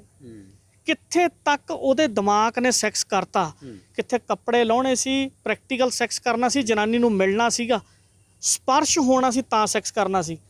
ਕਿੱਥੇ ਸਿਰਫ ਦਿਮਾਗ ਨੇ ਇੰਨਾ ਕਾਮ ਚਿੰਤਨ ਕਰਤਾ ਕਿ ਰਾਤੋਂ ਰਾਤ ਵੀਰ ਜੀ ਚੱਕ ਕੇ ਇੰਦਰੀ ਚੋਂ ਬਾਹਰ ਆ ਗਿਆ। ਤਾਂ ਜਿਹਦੀ ਇੰਦਰੀ ਦੇ ਵਿੱਚੋਂ ਆਪਣੇ ਆਪ ਵੀਰ ਜੀ ਬਾਹਰ ਆਈ ਜਾਂਦਾ ਹੋਵੇ, ਉਹ ਬੰਦਾ ਕੀ ਇੱਥੇ ਤੋਪਾਂ ਚਲਾ ਦੂਗਾ ਜੀ। ਇਹ ਵੀ ਬਹੁਤ ਜ਼ਿਆਦਾ ਲੋੜ ਅੱਜ ਬੱਚਿਆਂ ਨੂੰ ਬਚਾਉਣ ਦੀ, ਖਾਸ ਕਰਕੇ ਮਾਪਿਆਂ ਨੂੰ, ਜਿਨ੍ਹਾਂ ਦੇ ਨੌਜਵਾਨ ਬੱਚੇ ਪਿੰਡਾਂ 'ਚ ਪ੍ਰੋਗਰਾਮ ਹੋ ਰਹੇ ਆ, ਆਪਣੇ ਬੱਚਿਆਂ ਨੂੰ ਭੇਜੋ। ਜੇ ਤੁਸੀਂ ਉਹਨਾਂ ਨੂੰ ਕਹੋ ਵੀ ਮੈਂ ਸੈਕਸ ਤੋਂ ਬੰਨ੍ਹ ਕੇ ਰੱਖ ਲੂੰ, ਨਹੀਂ ਹੋ ਸਕਦਾ। ਚੰਗੀ ਖੁਰਾਕ ਦਿਓ, ਕੱਪੜੇ ਮਾੜੇ ਦੇ ਦਿਓ। ਮੈਂ ਇਹੋ ਜਿਹੇ ਬਜ਼ੁਰਗਾਂ ਨੂੰ ਦੇਖਿਆ ਆਪਦੀ ਲਾਈਫ 'ਚ, ਕੁੜਤਿਆਂ ਨੂੰ ਟਾਕੀਆਂ ਲਾਈਆਂ ਉਹਨਾਂ ਨੇ ਤੋਪੇ ਲਾ ਕੇ, ਪਰ ਸਾਗ 'ਚ ਕੜਛੀ ਦੇਸੀ ਘਿਓ ਦੀ ਖਾਧੀ ਆ। ਜੇ ਦੁੱਧ ਵੇਚਿਆ ਤੇ ਇਸ ਕਰਕੇ ਵੇਚਿਆ ਕਿ ਫਲਾਨਿਆਂ ਦਾ ਨੌਜਵਾਨ ਮੁੰਡਾ ਗਾ, ਉਹਨੂੰ ਘਿਓ ਦਾ ਪੀਪਾ ਦੇ ਕੇ ਆਉਣਾ, ਤਕੜਾ ਹੋ ਜੂ ਤਾਂ ਆਪਣੇ ਪਿੰਡ ਦਾ ਨਾਂ ਉੱਚਾ ਕਰ ਦੂ। ਤੇ ਮੈਂ ਇਹੋ ਜਿਹਾ ਪੈਦਾ ਹੋ ਗਿਆ ਵੀ ਮਾਝੇ ਦਾ ਟੀਕਾ ਲਾ ਕੇ ਇਹ ਸੋਚਦਾ ਕਿ ਕਿਸੇ ਦੇ ਨਿਆਣੇ ਨੇ ਪੀਣਾ। ਮੇਰਾ ਤਾਂ DNA ਨਹੀਂ ਸੀਗਾ, ਮੇਰਾ ਤਾਂ ਸੰਸਕਾਰ ਹੀ ਨਹੀਂ ਸੀਗੇ। ਜਿਹੋ ਜਿਹਾ ਪਾਪ ਅਸੀਂ ਬੀਜ ਰਹੇ ਹਾਂ, ਔਰ ਪ੍ਰਮਾਤਮਾ ਦੇ ਘਰੇ ਉਹਦੀ ਚੱਕੀ ਹੌਲੀ ਜ਼ਰੂਰ ਪੀਂਦੀ ਆ ਠਾਕੁਰ ਸਾਹਿਬ, ਪਰ ਪੀਂਦੀ ਬਹੁਤਾ ਬਰੀਕ। ਉਹਦੇ ਘਰੇ ਕਦੇ ਇਹ ਨਹੀਂ ਹੋ ਸਕਦਾ ਕਿ ਬੇਇਨਸਾਫੀ ਹੋ ਜਾਏ। ਜਿਹੋ ਜਿਹਾ ਅਸੀਂ ਬੀਜ ਰਹੇ ਹਾਂ ਉਹਦੇ ਮੁਤਾਬਕ ਸਾਨੂੰ ਸਜ਼ਾ ਮਿਲਣੀ ਹੈ। ਇਸੇ ਕਰਕੇ ਅੱਜ ਲੋਕਾਂ ਦੇ ਘਰਾਂ 'ਚ ਸੁੱਖ ਖਤਮ ਹੋ ਗਿਆ ਜੀ। ਵੈਸੇ ਜੇ ਕਿਸੇ ਨੇ ਤੁਹਾਡੇ ਨਾਲ ਸੰਪਰਕ ਕਰਨਾ ਹੋਵੇ, ਮੇਰੇ ਖਿਆਲ ਤੁਸੀਂ ਮੋਹਾਲੀ ਵੀ ਸਟੋਰ ਖੋਲ੍ਹਿਆ ਨਵਾਂ? ਹਾਂਜੀ, ਮੋਹਾਲੀ ਭਾਗੂਪੁਰ ਹੁਣ 110 ਭਾਗੂ ਮਾਜਰੇ 110 ਸੈਕਟਰ 'ਚ ਸਟੋਰ ਖੋਲ੍ਹਿਆ ਜੀ। ਵੈਸੇ ਅਸੀਂ ਪਿੰਡਾਂ 'ਚ ਸਾਰੇ ਪ੍ਰੋਗਰਾਮ ਕਰ ਰਹੇ ਹਾਂ। ਕੋਈ ਬੰਦੇ ਪ੍ਰੋਗਰਾਮ ਕਰਾਉਣਾ ਚਾਹੁੰਦੇ ਆ, ਨੰਬਰ ਡਿਸਕ੍ਰਿਪਸ਼ਨ 'ਚ ਆਪਾਂ ਨੰਬਰ ਦੇ ਦਿਆਂਗੇ। ਸਤਿਗੁਰੂ ਕਿਰਪਾ ਰੱਖਣ ਜੀ। ਪਿੱਛਾ ਦੂਰ ਲੰਘਿਆ ਠਾਕੁਰ ਸਾਹਿਬ, ਅੱਗਾ ਨੇੜੇ ਆ, ਔਰ ਬਾਰੀ ਨਾਲ ਸਭ ਨੇ ਤੁਰ ਜਾਣਾ। ਜ਼ਿੰਦਗੀ ਲੇਖੇ ਲੱਗ ਜੇ। ਇੱਕੋ ਗੱਲ ਮੈਂ ਲੋਕਾਂ ਨੂੰ ਕਹਿਣਾ ਕਿ ਕਈ ਜਿਉਂਦੇ ਮਰਿਆਂ ਵਰਗੇ ਆ ਤੇ ਕਈ ਮਰ ਕੇ ਜਿਉਣਾ ਚਾਹੁੰਦੇ ਆ। ਹੁਣ ਮਰਜ਼ੀ ਤੁਹਾਡੀ ਹੈ, ਤੁਸੀਂ ਕੀ ਐਕਸੈਪਟ ਕਰਨਾ। ਜੀ, ਸਾਡੇ ਨਾਲ ਗੱਲਬਾਤ ਕਰਨ ਲਈ ਬਹੁਤ ਬਹੁਤ ਧੰਨਵਾਦ। ਹਾਲਾਂਕਿ ਵੈਦ ਜਗਦੀਪ ਜੀ ਨਾਲ ਗੱਲਾਂ ਹੋਰ ਬਹੁਤ ਨੇ ਕਰਨ ਵਾਲੀਆਂ, ਲੇਕਿਨ ਗੱਲ ਬੜੀ ਚੰਗੀ ਕਹੀ ਹੈ ਵੈਦ ਸਾਹਿਬ ਨੇ ਕਿ ਕਈ ਲੋਕ ਜਿਉਂਦੇ ਵੀ ਮਰਿਆਂ ਵਰਗੇ ਨੇ, ਪਰ ਕਈ ਲੋਕ ਮਰ ਕੇ ਵੀ ਜਿਉਂਦੇ ਨੇ। ਪੰਜਾਬੀਆਂ ਦੀ ਜੇ ਅਸੀਂ ਗੱਲ ਕਰੀਏ, ਅਸੀਂ ਸਾਡੇ ਦੇਸ਼ ਦੀ ਗੱਲ ਕਰੀਏ, ਉਮਰਾਂ ਪਹਿਲਾਂ ਕਿੰਨੀਆਂ ਹੁੰਦੀਆਂ ਸੀ, ਹੈ ਨਾ, ਵੱਡੀਆਂ ਉਮਰਾਂ, ਤੰਦਰੁਸਤ ਰਹਿੰਦੇ ਸੀ ਲੋਕ। ਪਰ ਅੱਜ ਜੋ ਹੈ ਉਹ ਜਵਾਨੀ, ਨੌਜਵਾਨੀ ਨਸ਼ਿਆਂ ਕਰਕੇ, ਜਾਂ ਜਿਵੇਂ ਮੈਂ ਪਹਿਲਾਂ ਵੀ ਕਿਹਾ, ਆਰਟੀਫਿਸ਼ੀਅਲ ਸੈਕਸ ਕਰਕੇ ਉਹ ਗਰਕੀ ਪਈ ਹੈ। ਪਰ ਉਸ ਨੂੰ ਕਿਵੇਂ ਸਾਂਭਣਾ ਹੈ, ਸੰਭਾਲਣਾ ਕਿਵੇਂ ਹੈ, ਗਲਤ ਪਾਸੇ ਕੋਈ ਵੀ ਬੰਦਾ ਇਸ ਵੀਡੀਓ ਨੂੰ ਨਾ ਲੈ ਕੇ ਜਾਵੇ। ਅਸੀਂ ਸਿਰਫ ਇੰਨੀ ਕੁ ਗੱਲ ਕਰ ਰਹੇ ਹਾਂ ਕਿ ਤੰਦਰੁਸਤ ਕਿਵੇਂ ਰਹਿਣਾ ਹੈ, ਆਰਟੀਫੀਸ਼ੀਅਲ ਸੈਕਸ ਤੋਂ ਕਿਵੇਂ ਬਚਣਾ ਹੈ, ਕਿਉਂਕਿ ਉਹ ਵੀ ਦਿਮਾਗ ਖਰਾਬ ਕਰਦਾ ਹੈ, ਨਸ਼ਿਆਂ ਤੋਂ ਕਿਵੇਂ ਬਚਣਾ ਹੈ। ਜੇ ਇਹ ਤਰੀਕੇ ਤੁਸੀਂ ਜਾਣਨਾ ਚਾਹੁੰਦੇ ਹੋ ਜਾਂ ਤੁਹਾਡਾ ਕੋਈ ਰਿਸ਼ਤੇਦਾਰ ਇਸ ਗਰਕੀ ਹੋਈ ਦੁਨੀਆ ਵਿੱਚ ਆਪਣੀ ਜ਼ਿੰਦਗੀ ਖਰਾਬ ਕਰ ਰਿਹਾ ਹੈ, ਤਾਂ ਵੈਦ ਜਗਦੀਪ ਜੀ ਹੋਣਾ ਨਾਲ ਤੁਸੀਂ ਸੰਪਰਕ ਕਰ ਸਕਦੇ ਹੋ, ਤਾਂ ਜੋ ਜਵਾਨਾਂ ਨੂੰ ਵੀ ਤੇ ਜਵਾਨੀ ਨੂੰ ਵੀ ਸਾਂਭਿਆ ਜਾ ਸਕੇ ਤੇ ਸਾਡਾ ਪੰਜਾਬ ਫਿਰ ਤੋਂ ਜੋ ਪਹਿਲਾਂ ਹੁੰਦਾ ਸੀ ਚੰਗੀ ਸਿਹਤ ਵਾਲਾ ਉਹ ਬਣ ਸਕੇ। ਕੈਮਰਾ ਪਰਸਨ ਮਨੋਜ ਦੇ ਨਾਲ ਠਾਕੁਰ ਅਮਨਦੀਪ ਸਿੰਘ ਦੇ ਖਬਰਸਾਰ ਚੰਡੀਗੜ੍ਹ।